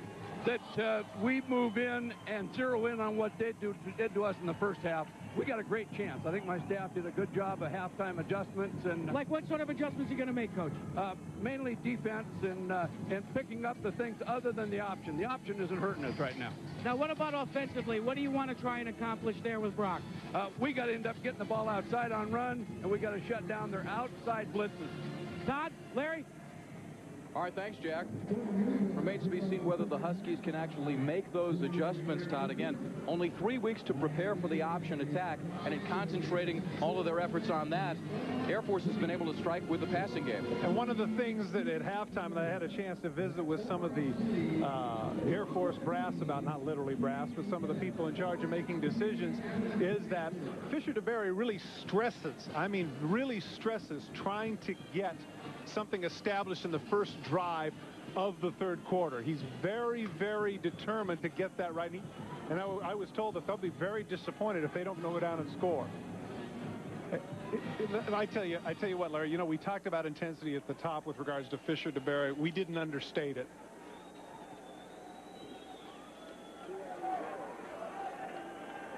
We are getting set for the start of the third quarter in the first ever Jeep Oahu Bowl. Larry Beal, Todd Christensen, and Jack Arute down on the sidelines as Air Force controlled the first half 22-13. They've got the option game going, although Jim Lambright said we didn't give up big plays on the option. Certainly the Huskies have concentrated their defensive efforts on bottling that up. Here is Farmer backpedaling and retreating to his goal line, taking the kickoff. Running room up the middle. Doesn't get as many yards as it first appeared he might out to the 29-yard line. It's important not to hold right in front of the official, which is what just happened, and that ball is going to move back 10 yards. Nick Alzewski on the stop, and the flag is going to march the Falcons back on their opening possession.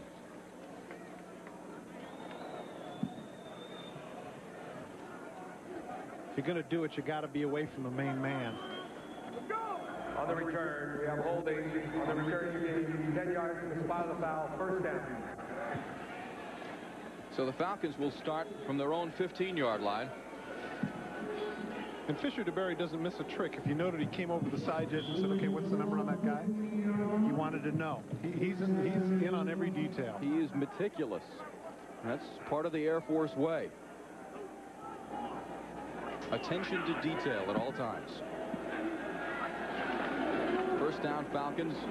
And And Blaine Morgan will follow Spanky Gillum on a quick closing hole up the middle for a pickup of 2. Many people that watch this feel like it looks like it might be a busted play. It is not. You fake to the fullback and you follow him into the hole with your quarterback. It's not a quarterback draw. It's a design play. But Washington able to stuff it. And don't pass out. When you look at the passing numbers for Blaine Morgan, 6 of 8. They could go a whole game without throwing 8 passes at times. Never mind completing 6 of them. Well, as Fisher DeBerry pointed out, it's not that they throw more, but they throw it better. 2nd down and 8. Off of play action. Oh, wide open is the cute Valerio Brown at the 40-yard line, ridden down from behind by Akeem Akbar. And Blaine Morgan slow to get up as he took a shot right around the 10-yard line. This is a play that they ran in the first quarter. Remember, they victimized Akbar at free safety, who bites on the play. Watch the left of your screen. Here it comes. And he took a shot from the backside. Here's the throw. There's Akbar in pursuit again. Qualario Brown able to get downfield. A big play for Air Force. Pickup of 28 yards. We'll have to keep an eye on Blaine Morgan to see if he's shaken up. 1st and 10. They'll give it to Gillum off the right side, and he's smothered by a gang of Huskies. One of the things about Morgan, don't forget, is that the last couple of weeks of the season, he was victimized by a sprained ankle. In fact, he didn't start against BYU, but before things could get out of hand, he came back, and they said that they were guessing that maybe he was 60%. But he gutted it out, and they won that ball game, and they said he's 95% coming into this game. And they beat BYU 20-13 in a game that was very, very tight, where they never were able to really get the option attack going. Made a couple of big plays down the stretch. On 2nd and 7, down the line he comes. The pitch to Qualario Brown again. And he drives close to the 1st down marker, short by about 3 yards. Well, again, you know, as you pointed out, you know, the big plays that were made in that game, of course, Spanky Gillum busted through on the one fullback play, but the screen that went for about 50 yards, that was the big play of the game, and again in the passing game. So Fisher DeBerry pointed out he's not afraid to let Morgan air it out. He trusts his arm. You know, the cheerleaders will always say we're number 1, but this is a Falcons team that was 1 point away from being 12-0 this season. A 1-point loss to TCU in the middle of the season. Otherwise, they might have figured in the bowl championship series. Rushing yardage, what we would expect from the Falcons, and Washington has had problems getting that attack going all season long. Check out my man, 3-1. Here is Becker fighting for the tough yardage, and he gets the 1st down. Scott Becker, the sophomore from Granger, Indiana, stopped on the play by Todd Johnson. But Air Force able to move the ball with that option attack. How many tough guys do you think of that wear number 44 and play fullback? Just offhand, I'm thinking of Bob Christian, Rob Conrad, guys like that. I mean, there's always a number 44 who's a tough guy that gets you hard yards between the tackles. Well, you have to have wide shoulders to wear 44 because the numbers come out far apart. It's my high school number, Holmes. Play action for Morgan again, going to the air. Incomplete at the 8-yard line, intended for Dylan Newman. On the coverage was Torrey Butler, and some of the Falcon fans wanted interference. Butler did a great job of closing. He got fooled by the play-action fake, but Butler is able to catch up. Watch.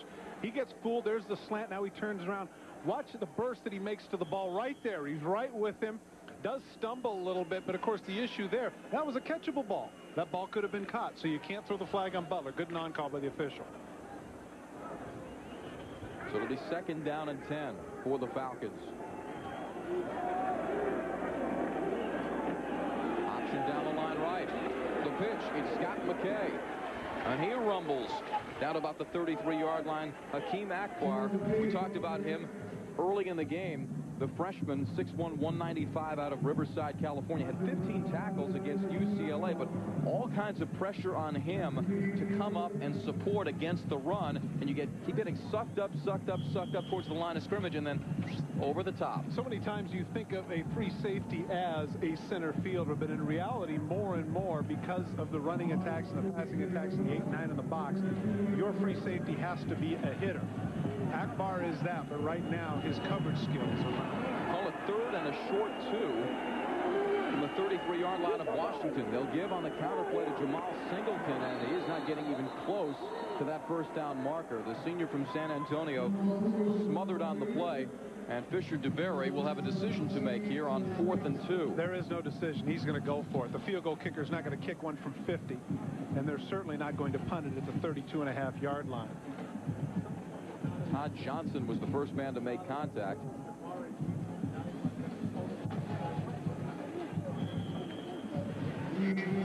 See what Coach DeBerry comes up with here.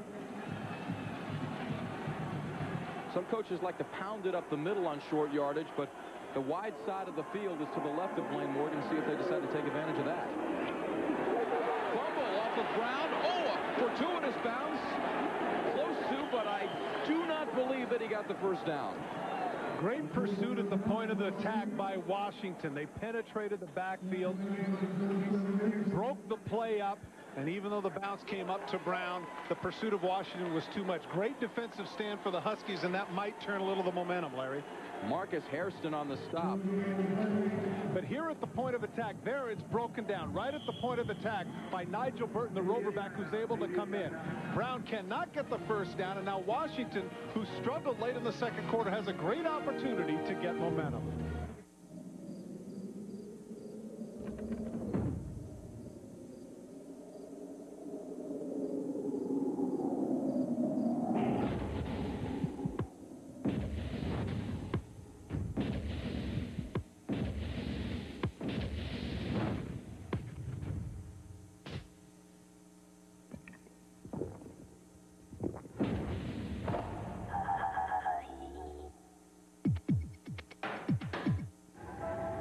Day 82.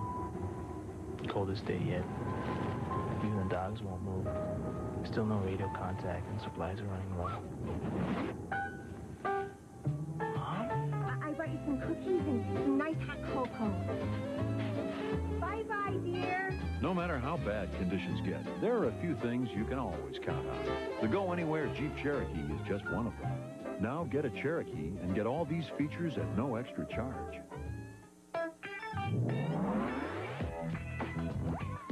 There's a place where you don't have to play the game to win. Where you belong to your ambition and nothing else matters. There's a place where you can do what you love and love what you do. No limits. Welcome to the club. K-Swiss.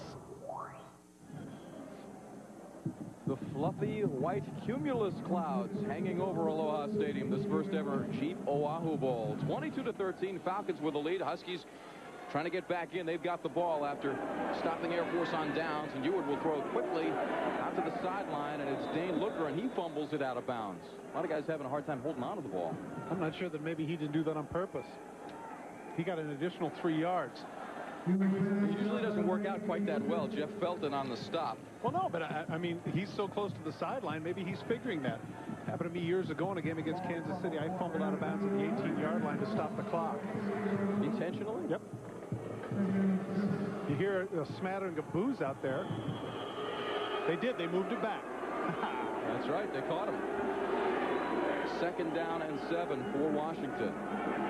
On a delay, it's Willie Hurst, who hasn't seen much action since the first quarter, and stopped by Bryce Fisher. One of the few times we've called his name in this game. Big number 78 up front at right tackle for the Falcons, 6'2", 275. What a character Bryce Fisher is. He's from Renton, Washington, and has talked about how, hey, they didn't want me. The Huskies didn't want me. I got something to prove here today. I want to show them. He was a skinny guy, just over 200 pounds. He's really bulked up. Not anymore. The skinny guy part. Oh, yeah. And he's a player, too. Oh, he absolutely is a player. 3rd and 5 for Washington. Here comes the blitz by the Falcons. And down. Oh, man. Jason Blevins wrapped him up. 3rd sack by Air Force today. Well, if he's a relation to Dean Blevins, then Dean's got to be proud, because, man, did this guy hit right under the chin. Pow! Man, a quarterback, that's when the job's not fun. That was a real hit there. So 4th down and 11 for the Huskies. Brian Fleming will punt it away to Matt Farmer, waiting at his 25-yard line.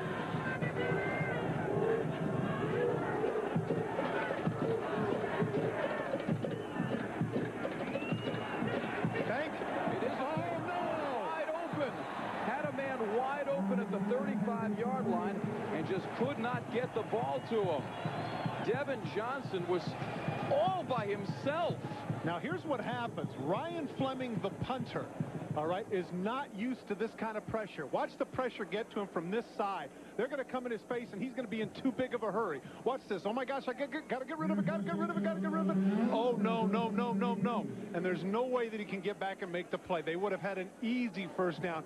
Great call, courageous call on the part of Lambright, and you see him shaking his hand. All Fleming had to do was sit there and throw it downfield. He'd have had it, but he just couldn't do it. Well, he could have thrown the ball straight up in the air because the Falcons were coming hard. And here is Blaine Morgan running hard inside down to the 30-yard line and inside to the 26. And there is Fleming, who's going to be thinking about this forever. The unhappiest guy there. And you know what I got to tell you? Those are really token pats. When people come over and go, yeah, that's okay. You know they don't mean it. That could have been a gigantic play for the Huskies. Did you get a lot of those pats? In the one game in my career in college where I fumbled 3 times, no. They just left me alone. You'd have thought I had leprosy. 2nd down and 3. And again, the Huskies, they had their moments, and this is the way the whole season has gone for them. So close yet so far. Blaine Morgan play action, throws the dying quail end over end, and that bounces at the 10-yard line, intended for Scott McKay, but not a good-looking pass right there. Well, the thing is that Scott McKay gets actually tackled at the line of scrimmage. They would have had a touchdown. Take a look. Take a look. You're going to see him come through. There's the stop. Now watch right there. Look at the hold right there by Towns, the inside linebacker. And you're right, that is an ugly kind of, that makes a Joe Cap pass look beautiful. But Towns smart enough to get a piece of him to not allow him to come unfettered and catch the ball. Well, I'm going to say there was a little bit of contact there, and Blaine Morgan might have gotten hit as he threw. Oh, another dangerous pitch to McKay, throwing it over the top of defenders. Now, you watch Air Force film as Lester Towns made the stop. You don't see them throwing the ball over the top of people on the option. No, that says a lot for Washington in terms of their ability to make their reads and stay with their discipline. See right there, you can say Todd Johnson staying with his man, but out of bounds. It's going to be short. It'll be an interesting call here. I think they're going to go for the field goal here, but 42 yards, that's about the maximum distance here. And Lester Towns limps off the field. He's been bothered by foot and ankle injuries all year. Strange situation with regards to Towns. He dropped a 45-pound plate on his foot lifting. That's what created the injury. That is not good for you. 42-yard field goal attempt. Has the distance. Wow. On the money. Jackson Whiting connects. And the Falcons are able to add to their lead. 25-13 on the Jeep Oahu Bowl. Merry Christmas to you on this Christmas Day, first ever Oahu Bowl. A lot of people have a lot of wishes on this day, among them Bryce Fisher. You guys want me to be your guys' next game day announcer. Forget about Lee Corso. Forget about Brian Herbstreit. You want Bryce Fisher? I'm excited. He's excited. He didn't know it was Kirk Herbstreit instead of Brian Herbstreit. Flagged down as the kick goes out of bounds, taken at the 35-yard line. But this guy's got quite a personality. I think he might have an NFL future before a television future, however. He reminds me a little bit. Remember on the old Laugh-In Johnny Brown? He's got that look about it. Well, a lot of personality. You're really going back in time with all of your references. Just a time warp game. Stop dating me, man. Come on. Just let me enjoy this. Bryce Fisher, the WAC Defensive Player of the Year. Ask him how he put on all that weight, another 50 pounds, since he first joined up at the academy. He said, I hang around with fat guys. They eat a lot. First and 10, Willie Hurst takes the pitch running right for the Huskies. I think he's going nowhere. Stopped by Bryce Fisher, among others. Let's go down to Jack Arute. You got to give a call to the defense for the Air Force Academy. They played well, and it's thanks to this man right there, Cal McCombs. He's leading the Air Force Academy, but he says one of the things that he does every Thursday, including yesterday here on Hawaii, he gets his defense together and says, all right, gentlemen, now, you devise the offense to beat our defense. He says these guys are in engineering school. They come up with some incredible ideas. Thanks, Jack. It was funny. Interesting concept that they do that and let the players get involved in game planning. 2nd down and 9. After that first 1-yard gain, throwing it out, and there was Jarzinka breaking a couple tackles. And he'll be 2 yards shy of the first down marker as C.J. Zanotti came over to finish him off. Larry, so many times when you talk to both offensive and defensive coordinators, they always talk about their limitations, what they can and can't do with their particular people based on age. The one thing that Cal McComb stressed with regards to his defense, and he has put together some great defenses there at Air Force, is that these guys are so bright that there's nothing that he can't put in. No stunt, no blitz, no coverage, nothing that he can't put in to utilize the skills that they have. 3rd and 2. Huskies need a drive here. Falcons show blitz, and here they come, but Ewart has time. Intercepted. Tim Curry's got it, weaving his way at the 45-yard line.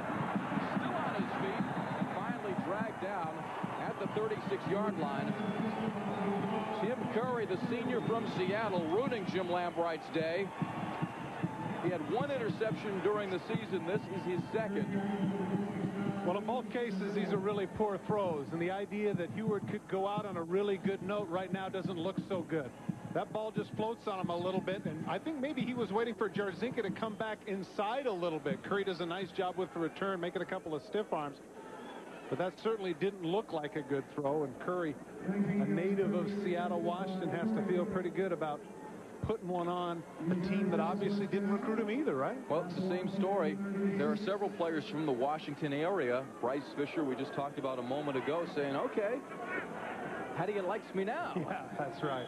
That's a very impressive stat that you saw just there. 13 different players with interceptions. 1st and 10. Oh, a little seam for Blaine Morgan, but couldn't quite get there as they were able to tackle him. Jafar Williams on the stop. Let's go down to Jackaroot. Well, guys, you talk about that interception by Tim Curry. He wanted to go play at Washington, but they didn't recruit him. All Washington told him is, look, you're invited to be part of our walk-on group. He thought better of that, and then he decided to enroll at the Air Force Academy. Now, there's 33 states represented at the Air Force Academy, but the kids like Fisher and Curry that come from Washington today is very special. If I'm Curry, I'd say walk on this. 2nd and 8. Morgan on the keeper will pitch it out, and that is Singleton. And a nice open field tackle on the far sideline by Torrey Butler. The block, the wide receiver comes down, and the corner is off. Now take a look. He's going to be able to come off the corner and make the hit. Ooh, man. Boy, that hurts. You got to be Brendan Jones. You got to say, where did that come from? You're not supposed to be 10 yards downfield and be able to come back and make the hit. It's lunchtime. It is crunch time. Play coming in a little bit late here for the Falcons. They're going to have to... I believe that was Mike Barron, who's the one that came in under his chin. Boy, that was a whack. Have to get to the line here quick. Here's Morgan straight up the middle. Has the first down. To the 20-yard line. Todd, you talked about earlier, there's so many different ways that you can run the option, so many different variations, and that's just one of them where you follow the fullback through. He doesn't have the ball. He's a lead blocker for you. As absolutely. And Morgan has run that effectively throughout the year. Blaine Morgan, the WAC Offensive Player of the Year of the Mountain Division. 3rd leading rusher for the Falcons as we take a look at their numbers inside the 20-yard line, the red zone. Very effective. Penetration in the backfield messes up the play. Spanky Gillum was upended almost immediately, and there is the first time that we've called Jabari Issa's name. And that's a man they can't afford to have down. If that's Mindrup, I believe it is, number 74. Yeah, the senior from Parker, Colorado. Biggest lineman that the Falcons have at 6'5", 290.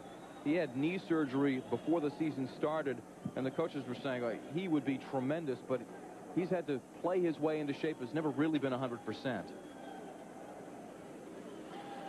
Well, if he's not 100%, I certainly like his 85, 90, or 92, or whatever it is he's playing at, because the young man from Parker, Colorado is an excellent offensive lineman. Take a look and see what happened. Take a look. You saw he gets pulled down. In that case, right there, he gets pulled down by Issa, and of course his helmet. He gets then kicked in the helmet. by the back, shakes him up a little bit. But, you know, here's the interesting thing about offensive linemen. I'm always entertained by the fact that when quarterbacks or running backs go to the side, all of a sudden there's 2 or 3 different trainers. When an offensive lineman comes out, are you okay? Shake it off. Inevitably, I'm always impressed as I go to the various and sundry campuses. The guys with the great grade point averages almost always are offensive linemen. And my theory on that is because you have to toil in so much anonymity, that helps your ability to study. 2nd and 9. Morgan, oh, he has a man wide open. It's McKay at the 15. Driven out of bounds at the 5-yard line. A little misdirection, get him going left, and then throw it back to the right side. They've been able to do that all day long. The keys that Washington has to read, they end up getting fooled. Take a look. McKay is going to be coming right at you. As Morgan rolls left, comes back to the right. It looks a little bit like kind of the half rolls that you used to see in the run and shoot.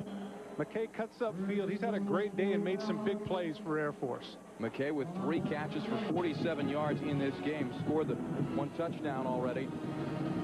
1st and goal from just inside the 5-yard line for the Falcons. That's Spanky Gillum. Touchdown.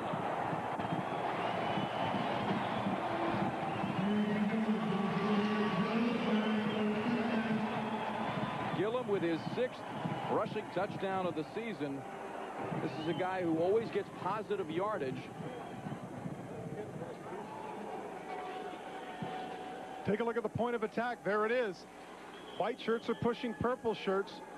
Gillum easily into the end zone. And again, I mentioned that on the other side of the ball, it makes sense because Washington has so many 300-pounders. But when you average just a little over 260 on your offensive line to be that dominant, very impressive, Larry. Very impressive indeed, as the Falcons add to their lead. Spanky Gillum spanking the Huskies 32-13. Welcome back to the Jeep Oahu Bowl. Larry Beal, Todd Christensen, Jack Arute down on the sidelines. 32-13. The force has been with them, and now the burden falls on Brock Ewart and the Huskies to try to get back into this game. David Adams. Squib kick, another one that goes out of bounds. You know, coming into this game, I think you pointed out earlier, Larry, the fact that Washington was 2nd in the nation in kickoff returns, but still with a 19-point lead. I wouldn't be kicking it out of bounds. On Tuesday, ESPN presents a bowl game doubleheader. First from Nashville, the American General Music City Bowl. Number 24, Virginia Tech, facing Alabama at 5 Eastern. And then it's the Builders Square Alamo Bowl from San Antonio. Number 4, Kansas State, meeting Purdue. You know that Kansas State feels like they have something to prove. Be sure to catch full week doubleheader Tuesday on ESPN. Now check this out. This is very interesting. Rarely do they take this, but because of the fact that they have such confidence in Jarzinka and Butler, they want to make Air Force kick again. So instead of taking the great field position, they're going to make them kick to either Butler or Jarzinka and see if they can create a big play. Well, they need some big plays right now. Down 32-13. There's Little Joe. Since you're going back in time when all your references, the Bonanza theme. Little Joe? You're living in about the late 70s, early 80s, my friend. All right, I'll have a later reference. I got you covered. So they'll make him kick it again. David Adams. From the 30 this time. And it is Jarzinka at the 10-yard line. Butler, the blocker in front, and the ball almost stripped from behind, and the Huskies don't get the yardage they had hoped. In fact, they lose 7 yards by passing up the penalty. Stopped on the play by Tim Curry. Jarzinka trying to make something happen. Coming from the back here, making the attempt to strip. Well, I think the ball actually does, no, it doesn't come loose. Good job by Little Joe. I'll tell you, he is diminutive, to use one of the words you like. 5'7". Doesn't matter. Doesn't matter. I saw him yesterday. I'll tell you the story in a second here. Here comes Curry showing blitz from the left corner. And now he backs out of it as Ewart will change the play. A little chess game going on here. Straight ahead, Braxton Clement, who gets hit almost immediately after getting the ball by Mike Tyler and falls forward for a gain of about 3. Well, I think everybody was aware of the fact that Washington certainly was going to be outrushed by Air Force coming into this contest, but it has really been a struggle, as you pointed out, when you have people like Corey Dillon and Rashawn Sheehy, the previous years, 96 and 97. They were able to pull things off. 98 a struggle, and tonight, average yards per carry 2.7. That just doesn't cut it. Air Force, in contrast, is rushed for 201 yards. 2nd and 8. Ewart under pressure, and down he goes. It's Bryce Fisher on the sack. He has 7 this season, and he said coming in he wanted to have Brock Ewart wide-eyed and nervous in the pocket. Well, Fisher shows his ability to stay with it. Here he comes up, and see, that's a mismatch. There's just no way that the back can block him. Now, I don't know how well he talks, but he certainly sacks better than Brian Herbstreit. I don't think Mr. Herbstreit has a lot to worry about right now. Well, Brock Ewart does. 3rd and 14 now. Falcons will drop 8 into coverage, and Ewart throws over the middle into the seam of the zone, and he's got Looker there. Yeah! Big play, 1st down, as the high school teammates from Puyallup, Washington hook up. 46-yard pickup. What happens is that when you are so used to the blitz, see, finally he gets time to throw. Air Force goes to the conventional zone defense, thinking it's 3rd and very long. They generate no pass rush whatsoever, and there's Looker on the deep end. Ewart able to put it right on the money. 1st down for the Huskies. And Looker is a guy that was essentially recruited by Brock Ewart off of the Western Washington basketball team. Yeah. Said, hey, buddy, I could use your wide receiving skills. 1st and 10. And there is Gerald Harris, the sophomore from Kent, Washington, with a reception stop by Jason Sanderson. I mean, you're used to coaches and big-time recruiters coming in. You want to come to play for us and all this. Well, number 80, a totally different story. He's playing basketball, and Brock Ewart says, you know, you can catch the ball. You can play at this level. And they had what has now become sort of a famous catch inside of basketball. Jim throwing the ball around, and he said, oh, I'm going to give it a shot. Give up hoops. Come play in the Pac-10, and it's worked out. 2nd and 5 for Washington. Desperately in need of some offense and big plays. And Looker was out of bounds that time. Couldn't come down with either feet in bounds as we head down to Jackaroo. Larry, Looker's been to Hawaii before. In fact, he took in all the sun and fun when he played basketball in a small-time college, an NAIA college. But there was one problem. He got too much sun. He got so sunburned that it affected his play. So all of his Washington teammates, especially Brock Ewart this time, made him load up with sunscreen before he left Seattle. Very wise move.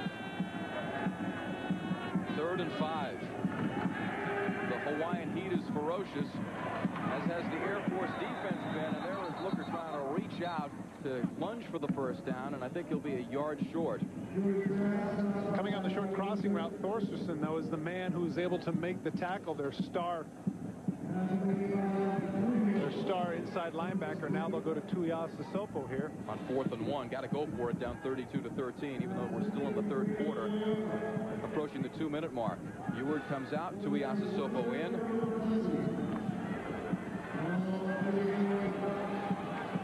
The sophomore from Woodinville, 6'2", 215 pounds. Excellent running ability. Now he appears to be changing the play. Straight ahead, Pat Conniff. I think he got the 1st down. The fullback, 235-pounder, stopped by Craig Thorstensen. So all the shifting in motion, much ado about nothing. But it does get him the 1st down. I'm surprised, really, that they haven't gone with Tuiasa Sopo a little bit more, if for no other reason than, you know, Hewart's getting beat up. And maybe you want a little bit more mobile guy back there because of all the blitzes that the Falcons have been throwing at him. Well, Air Force has controlled the ball. 21 1st downs to only 10 for Washington. And it's still Tuiasa Sopo at quarterback, so a change of pace here for the Huskies. Play action. Looking. He's knocked out of bounds. C.J. Zung. You know, one thing that impresses me about Air Force defense, one of the many things that impresses me, is that they may not have the Javon Curse kind of guys, you know, that are these, you know, kind of like genetic mutations in terms of 4'5" and 260, but they always seem to arrive at the ball. They always seem to be in the right spot. And again, I guess this is where you have to give a lot of credit to Cal McCombs, the defensive coordinator, because coming into this game, I love that the shoot. You know that these guys are not going to beat themselves. 2nd and 12. 2-yard loss on the last play. Here comes the blitz. Ewart is back in the game. Hands off to Braxton Clement, and he runs right into the awaiting blitzers, Jason Sanderson among them. That falls under the heading of sacrificial lamb. At the snap of the ball, Ewart knows right now this play is dead because Sanderson's hitting right in the hole. And Cal McCombs, who will be the head coach at Virginia Military Institute in the fall of 1999. And let me tell you something, I haven't had more than a few conversations with that man. I'm impressed with what he does. And so the youngsters there back east are in for a treat playing for this man. 3rd and 14. The last time the Falcons were in this situation, they didn't put much pressure on the quarterback, and it came back to haunt them. Here as you were throwing the out pattern, Jarzinka at the 23-yard line, short of the first down. So it'll be 4th down again for the Huskies. Good comeback route, put him in a position to where they can make this 4th down in about 2. Once again, Tuiasosopo comes in. Stopped on the play by Nishong Smog. Tuiasosopo started 2 games this season. Provides more of a running threat. He'll take over as the starter quarterback next season for Washington. And some have suggested maybe he's a better college quarterback, whereas Ewart might be the better pro quarterback. Out of the eye to give to Clement. He is stuck right at the 20-yard line by Tim Curry. I think they were a little bit generous on the spot. I think he might have gotten it. Well, that is pretty close.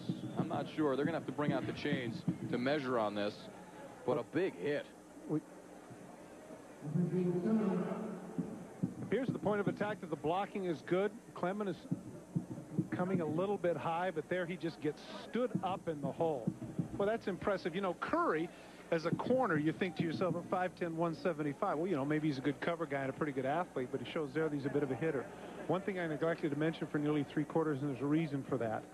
I played against that man's father when he was a defensive tackle, Manu Tuiasosopo, and they did not get the first. Air Force takes over on downs. There's the man with the big hit. You don't anticipate a 175-pounder standing up the tailback of the hole, but that's exactly what happened.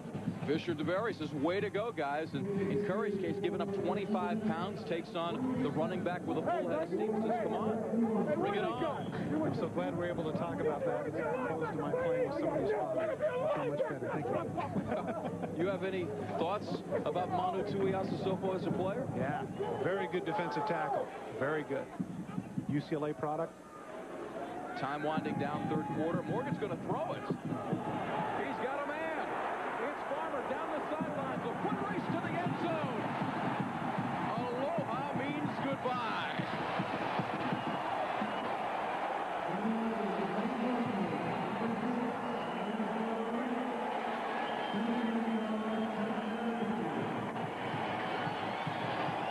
Blaine Morgan putting the air into the Air Force today. A 79-yard hookup with his favorite target, Matt Farmer. Farmer with the hook and go. There's the 360. Butler slips and falls twice. Now, right here, you would have thought the Butler would have been able to catch him from behind, but Farmer shows that he's got some giddy up of his own. 2 strides per 5 yards and a touchdown for number 6. And Blaine Morgan on the day, 9 of 13, 210 yards passing. I don't think anybody could have predicted those kinds of numbers from an Air Force offense that just never passes the ball. Well, inevitably, when you talk to a team, to an option team, and they always tell you the same thing when you ask the question, can your quarterback throw? And of course they go, oh yeah, he can throw.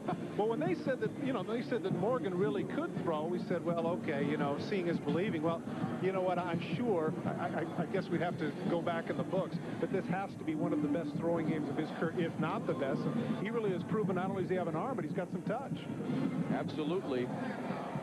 Morgan and Farmer getting it done here to break this game open.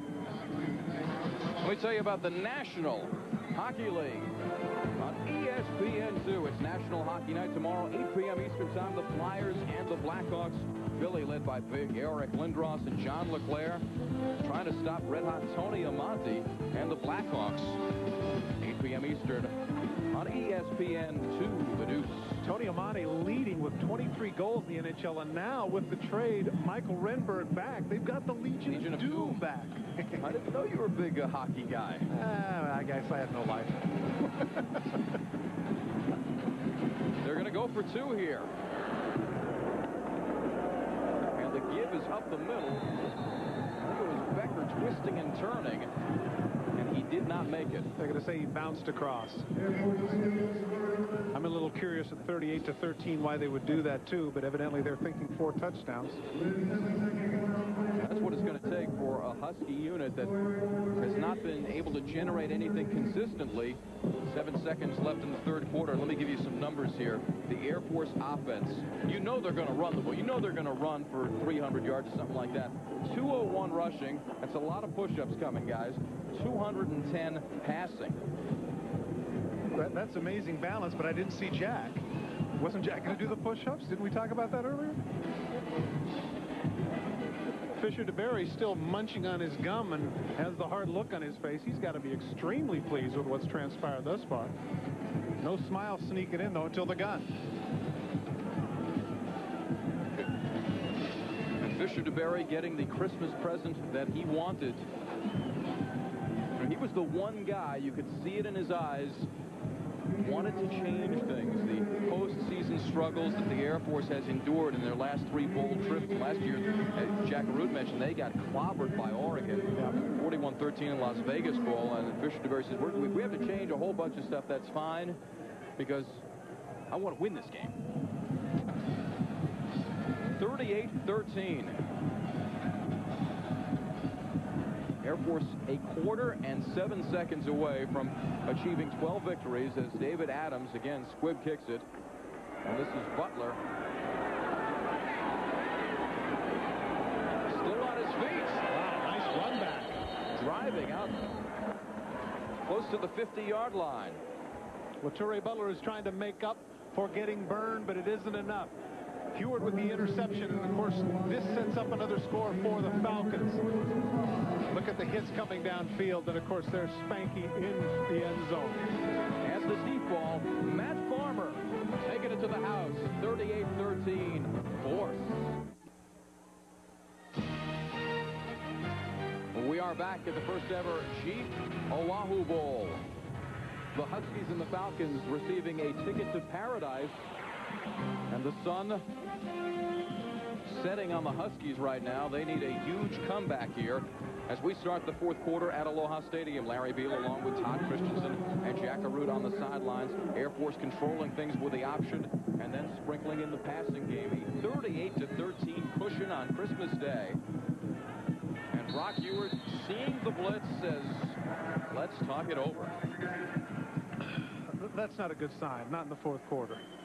Well, not when you're running your first play of the quarter and you're coming out of a break, and Jim Lambright is not a happy man right about now. Well, as we take a look at the numbers, it is clear as to why this game is being dominated by Air Force. So many times you say that the numbers can lie, not here.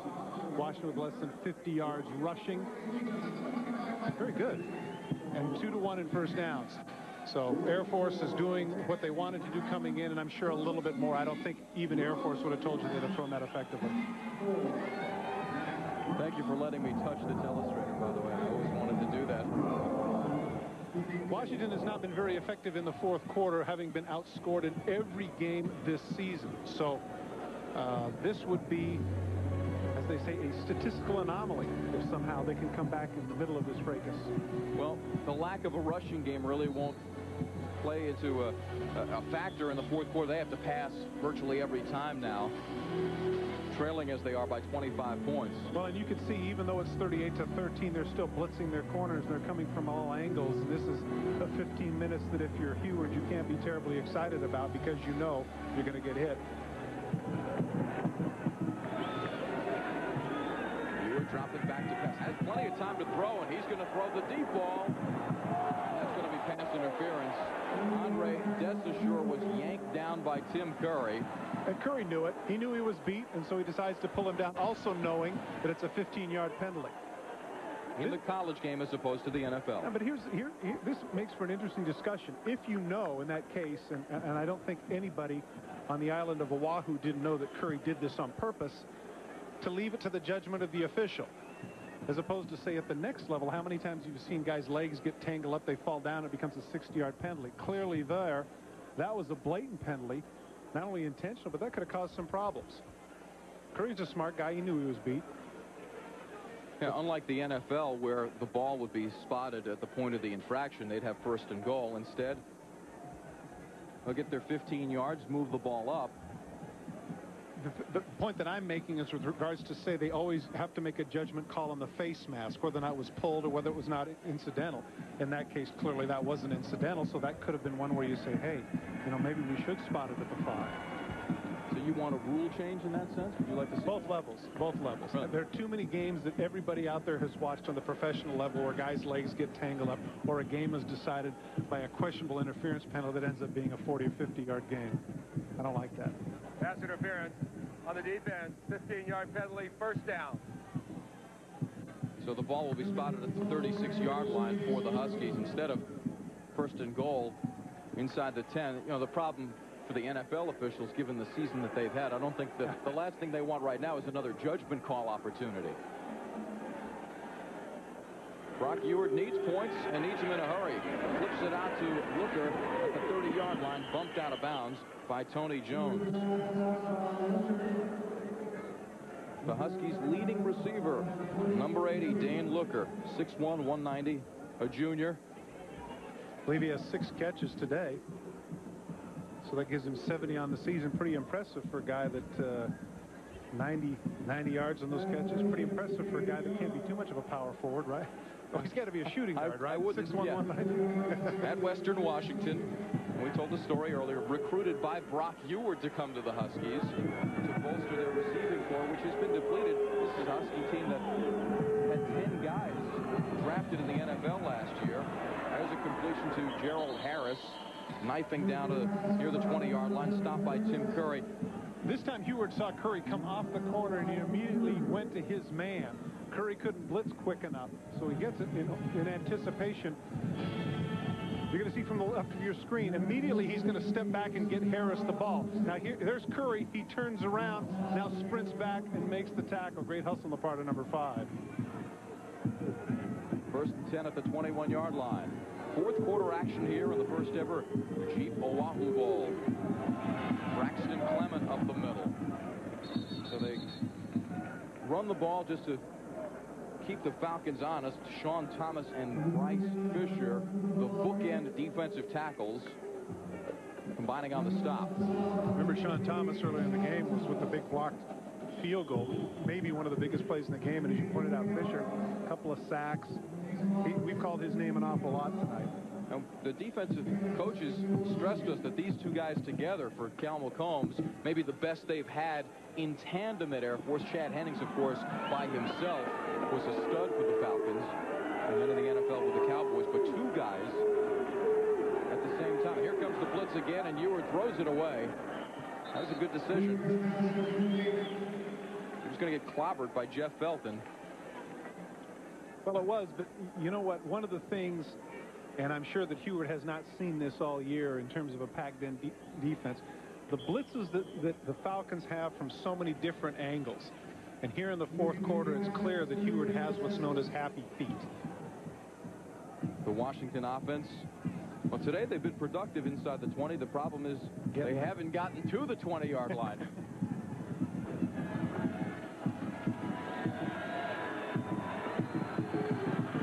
4 of 11 on third down as they're looking at 3rd and 6 right now. And Ewart looking left, throws back to the right, has a man wide open, and a flag comes in at the tail end of the play. Andre Desaussure. And this one may come back for holding. It's one of those situations where you have your man. This was so far away. Frustrating, certainly, if you're Heward. You sit in the pocket. You've got your man.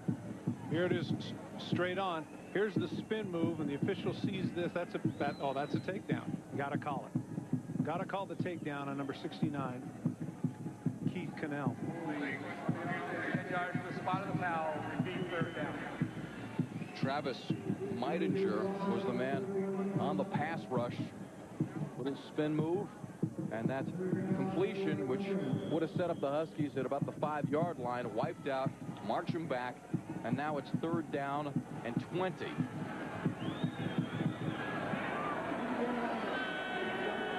Four-receiver pattern with Braxton Clemens, a single setback behind Ewart.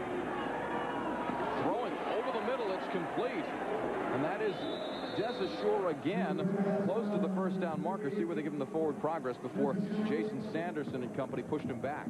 I wonder if it's his size or the particular routes that he runs, but you look at the 19.6 yards per reception, you say to yourself, why don't we go to this guy more? Why don't we get him the ball more? Because he seems to come up with big plays. Makes a nice catch, takes the collision, sets him up 4th and 1. He's had, in fact, his average per catch today has been, what, about 26? I guess so. You either do very fast math in your head, or you have somebody talking to you, feeding you numbers. Going to take a break. It'll be 4th and 1 when we come back for the Huskies. Got to make it to get back in the game, trailing 38-13 at Aloha Stadium.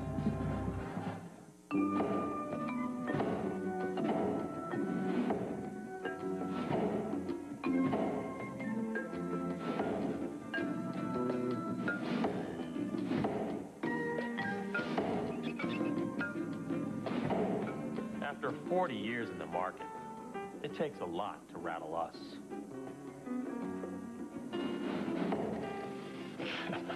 Call American Century at 1-800-660-0092.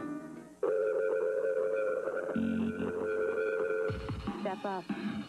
Learn to see farther. Learn there are teachers who won't allow you to fail. Learn to dance, to draw. Learn that the real challenge doesn't come from the outside, but from within.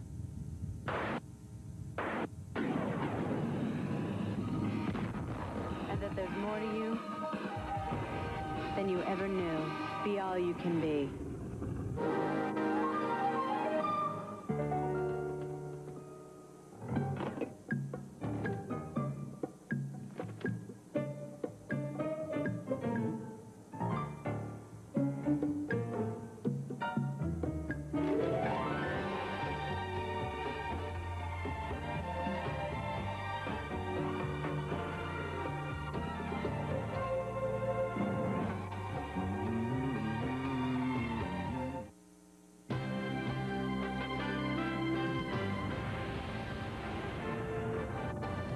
ESPN's exclusive presentation of Bowl Week and the 1998 Jeep Oahu Bowl is presented by the all-new Jeep Grand Cherokee, the most capable sport utility ever.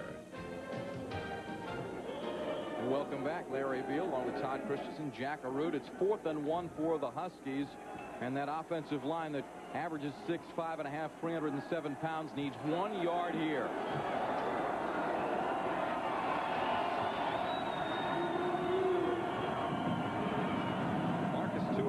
In at quarterback, and the sneak, and the pile moves to about the 10-yard line, but not the surge that you might expect. I was thinking that he was overdue to carry the ball. This is about the 6th or 7th time that he's been in the game, and each time he's been handing off.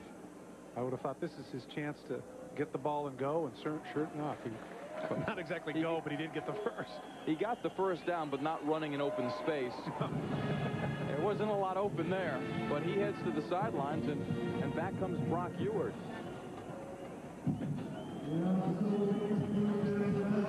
Now, Jim Jim Lambright obviously thinks that Eward gives them the better chance to get back into this game throwing the football. 1st and 10. And here is Eward scrambling, losing the football, dribbling it out of bounds. Otherwise, I think he would have gone in for the touchdown. Looked like he had the 4 wides out there, and they spread people out. Once he broke contain, it looked like he had an opportunity to go to the end zone. Take a look. He's going to come right at you. Breaks contain. Now here he goes. He switches to his right hand, and it just pops out. Just pops out.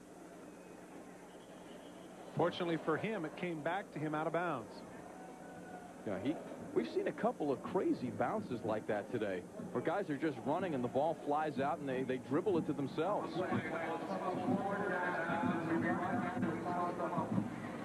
Braxton Clement being helped off the field. Now, once again, not unlike the other fumble earlier of Looker, they move it back to the original point of the fumble.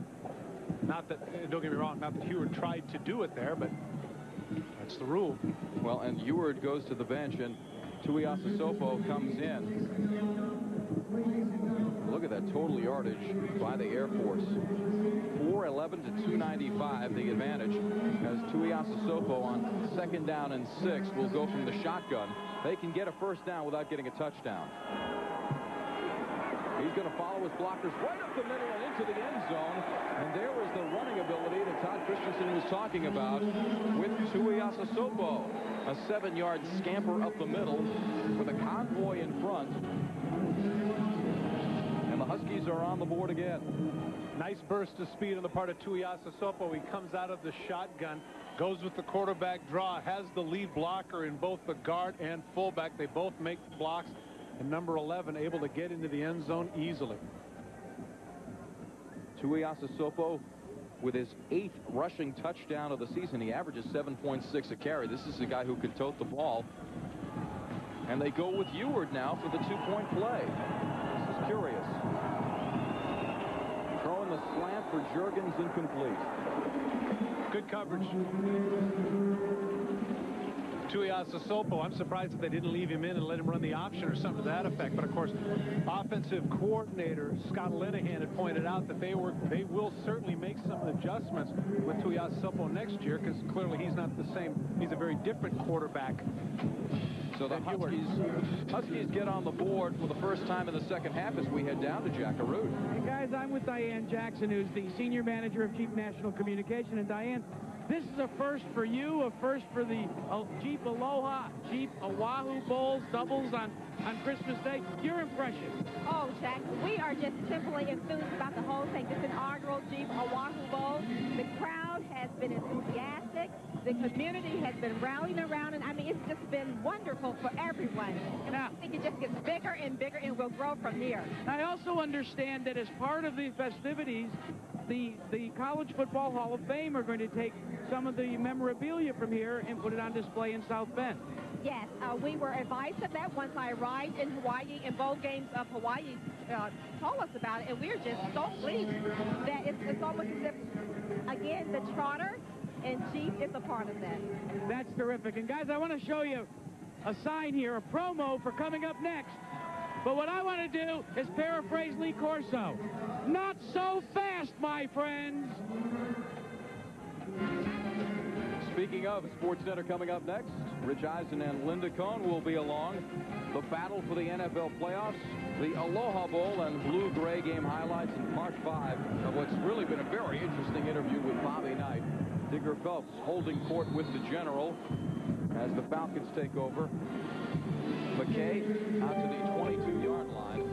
And the Falcons, there's Arthur again. Arthur's happy.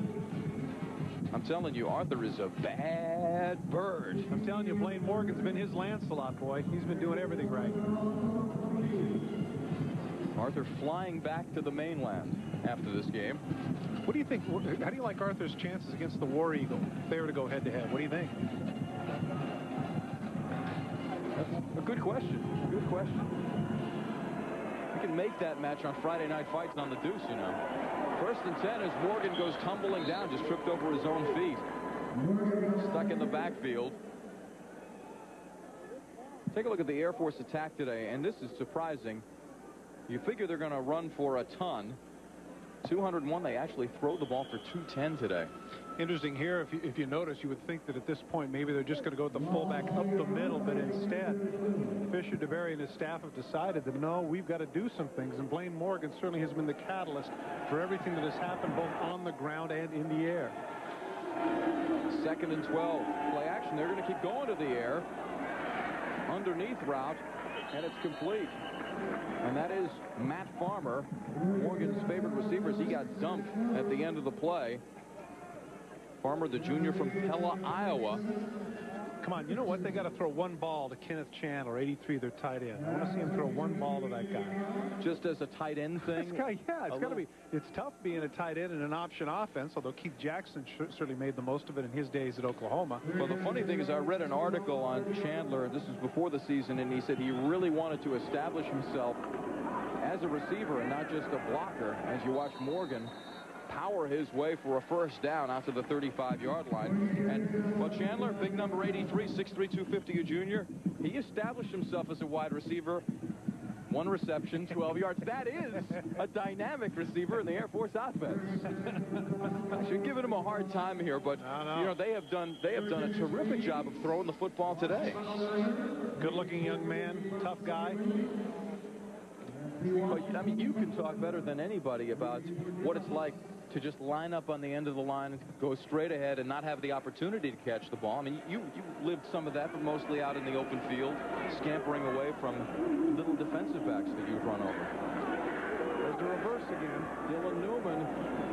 And the Huskies play it well. They drop him in the backfield. Once again, it's the rover man who has made so many plays today for them. Nigel Burton, who's able to smell it out. 2 times it was effective. The 3rd time, the defense is waiting on it. Yeah, interesting talking to Burton before the game, because he said, you know, if you look into the backfield to try to figure out where the option is going, you're in big trouble because there's going to be a guy chopping your knees out from under. You got to read your keys. You got to read your line. And he's been in on some big plays and tipped a couple of balls that could have changed the outcome of the game on the options. Right. 2nd and 11.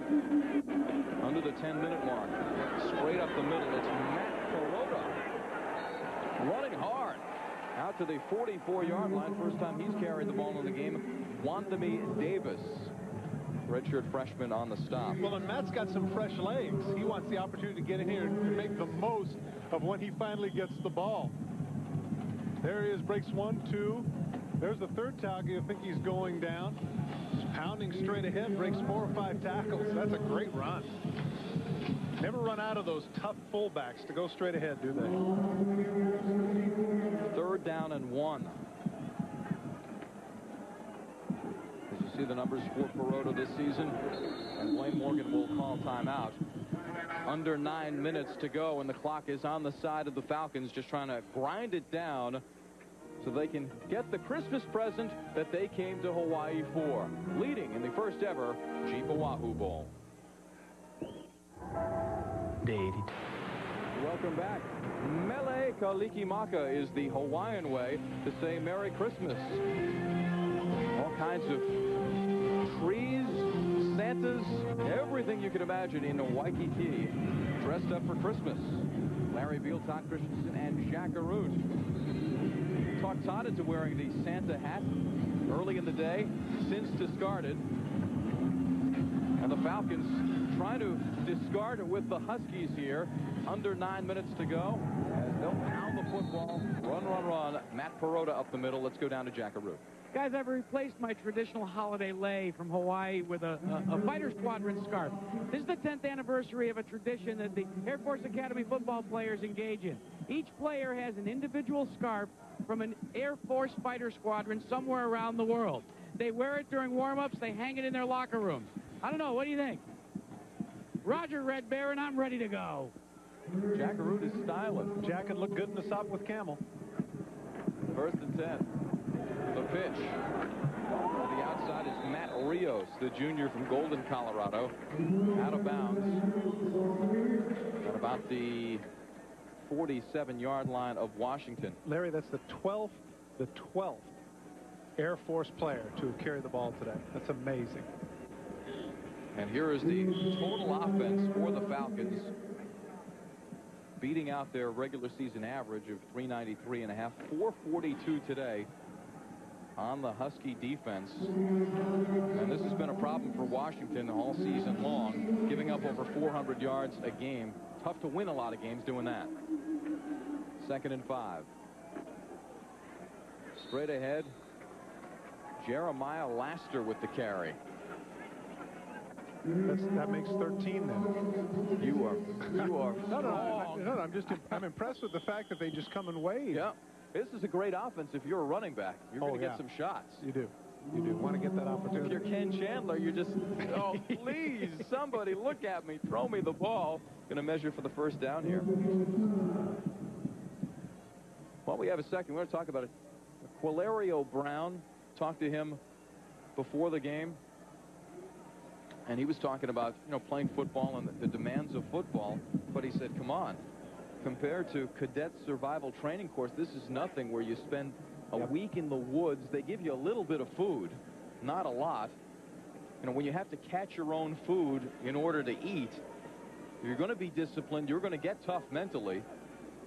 You don't often hear the phrase, how would you like your squirrel served, sir? No, you don't. Last time I caught my food was when it spilled out of the microwave. I had to make it. Did you make the catch? Did you make the catch? Yeah, I made the catch. Made the grab. 3rd and 1. And I'm not sure this play is going to count. The whistles blow as the ball to Perot. In the course of conversation, you had to have asked him, where did Qualario come from? Well, where it came from, I don't know. Oh, come on! That's just the name they gave him. He said he had trouble spelling his name as a kid. I think it's Spanish for Larry, actually. Oh. Dead ball prior to the snap. Ball start on the offense. 5-yard penalty. So the play comes back. Forget the first down. We're checking here in the record books, and the last time that the Falcons, as we look at the cue, you gave him some pub, so he goes back. So he went back in. Last time the Falcons passed for more yards than they rushed was 1989 against Notre Dame. They ran for 168 and threw for 306, but lost the game 41-27. Stats have been fairly balanced in this one, but there's no question about the outcome at this point. As Morgan again is going to go back to pass. Got his man. 32-yard line. Matt Farmer again. I got to tell you, the coaches were right. Farmer is a real receiver. And, that throw right there, pivoting and throwing the deep hook route to the 30-yard line, that's an impressive throw. My bad. It was Dylan Newman. Well, regardless, the throw is the thing. Pivots back once again, kind of that run-and-shoot shuffle. Look at how far this ball has to travel and across the field. Newman makes a nice catch. That's a great throw by Morgan. They talked about the fact that, being Bo's younger brother, that he couldn't do all the things that Bo could do. I'm not sure he's not a little bit better thrower. And the passing attack, as they give to Perota again. The passing yards now 238 for the Falcons, 226 on the ground. So pretty unusual as we hit the 7-minute mark in the first ever Jeep Oahu Bowl. Let me go just intergalactic out on a limb and say that's my MVP. You're a man that makes bold statements. I think you're in good shape with that one. Although early on, Jamal Singleton had a couple of touchdown runs. Well, see, the great thing about their defense is that everybody makes plays. You don't have one or two guys that are stars. Everybody contributes. Keep grinding that clock down. 2nd and 11, straight up. Well, actually, he kept it, did Blaine Morgan. Darrell Daniels on the stop. Coming into this game, here were the stats. Fewest completions by teams going to bowls. And Air Force, the fewest, only 85. But they have passed so effectively today. Morgan 11 for 15 in the air. Well, again, it's effectiveness. And, of course, the big stat now, the stat du jour, as it were now in contemporary football, is passes, is yards per attempt. That's what everybody is looking at now. And, of course, in this case, it's about 16, yards passing per attempt. The guy's been very effective. Timeout Air Force with 5:49 to go in the first ever Jeep Oahu Bowl. The Falcons want to take the trophy home on Christmas Day in the islands. Again at ABC, your primetime home for NFL football. You know, ESPN. I was about to say, Greg Ellis, the defensive end for the Dallas Cowboys. I have no problem with him. I think he's a pretty good player. But to think that Dallas, like so many, 19 others could have drafted Randy Moss. What would the Cowboys be now if they had Moss and Urban? Well, that's easy to say now, but there were a lot of character questions about Randy Moss coming out. No. It was like the world according to Garp. After it happened to Phillips, it was like when the plane ran into the house, right? Okay, we'll buy it. This will never happen again. I think that he was very aware of that, and I think that maybe some of those general managers were just a little too careful. And I said that before the draft, by the way, so I don't want to be one of those guys that's jumping on the bandwagon. All right, then you're on the record. 5:42 to go, fourth quarter. Here is Torrey Butler. Spun around, heading back the other way towards Tim Curry. And the Falcons finish him off. A lot of fighting Torrey Butler, though. Well, he's a good kick returner. Average 28 yards per return. Second in the nation. He can do it. Deshaun Smog on the stop. It looks like Butler was shaken up. Had a lot of guys piled on top of him at the end of the play. Air Force in their last 4 possessions. Field goal, touchdown, touchdown, touchdown, aloha. Yeah, I noticed that on the sidelines for the first time in the entire game, you finally saw Fisher DeBerry smiling. 5'9", 160-pounder, only a sophomore. He's their best cover guy. He had their most pass breakups. He is there, and with 2 more years of eligibility, Butler's going to do a lot of good things for the Huskies. Fisher DeBerry, winningest coach in Air Force history, led the Falcons to 9 bowl games in 15 years.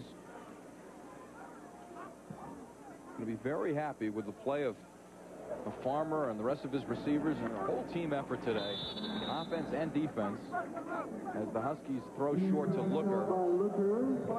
And you know what, Larry, I don't think people really appreciate what it is to do what he has done at a service academy. You know, the limitations in terms of recruiting, both academically, you know, the size factor because of flyers, you know, things of this nature. And year in and year out, they're competitive. Number 13 coming into this game. And complete again to Looker. Knocked out of bounds by Jason Sanderson. You know, Looker, we talked about him coming over from playing basketball. And he was in dreamland after the first 2 games. He was playing major college football. Last second victory over Arizona State for the Huskies. Then they beat BYU. And he was thinking, wow, this is incredible. We beat one of the teams that might be a national championship contender. Maybe we can. And then they visited Lincoln, Nebraska. Yeah, dose of reality there. 55-7 was the final. And the Huskies started to spiral and wobble through the middle part of the season after that game. They throw it out to George Zinka at the 40-yard line, and he gets out of bounds to stop the clock with 4:50 to play. One of the advantages, though, today, which is an interesting side note or sidebar to this game, is that Washington, on their 1999 schedule, Colorado, Oregon, and Air Force, all 3 teams they'll have next year. So maybe if nothing else, the Lambright's got a head start on scouting them.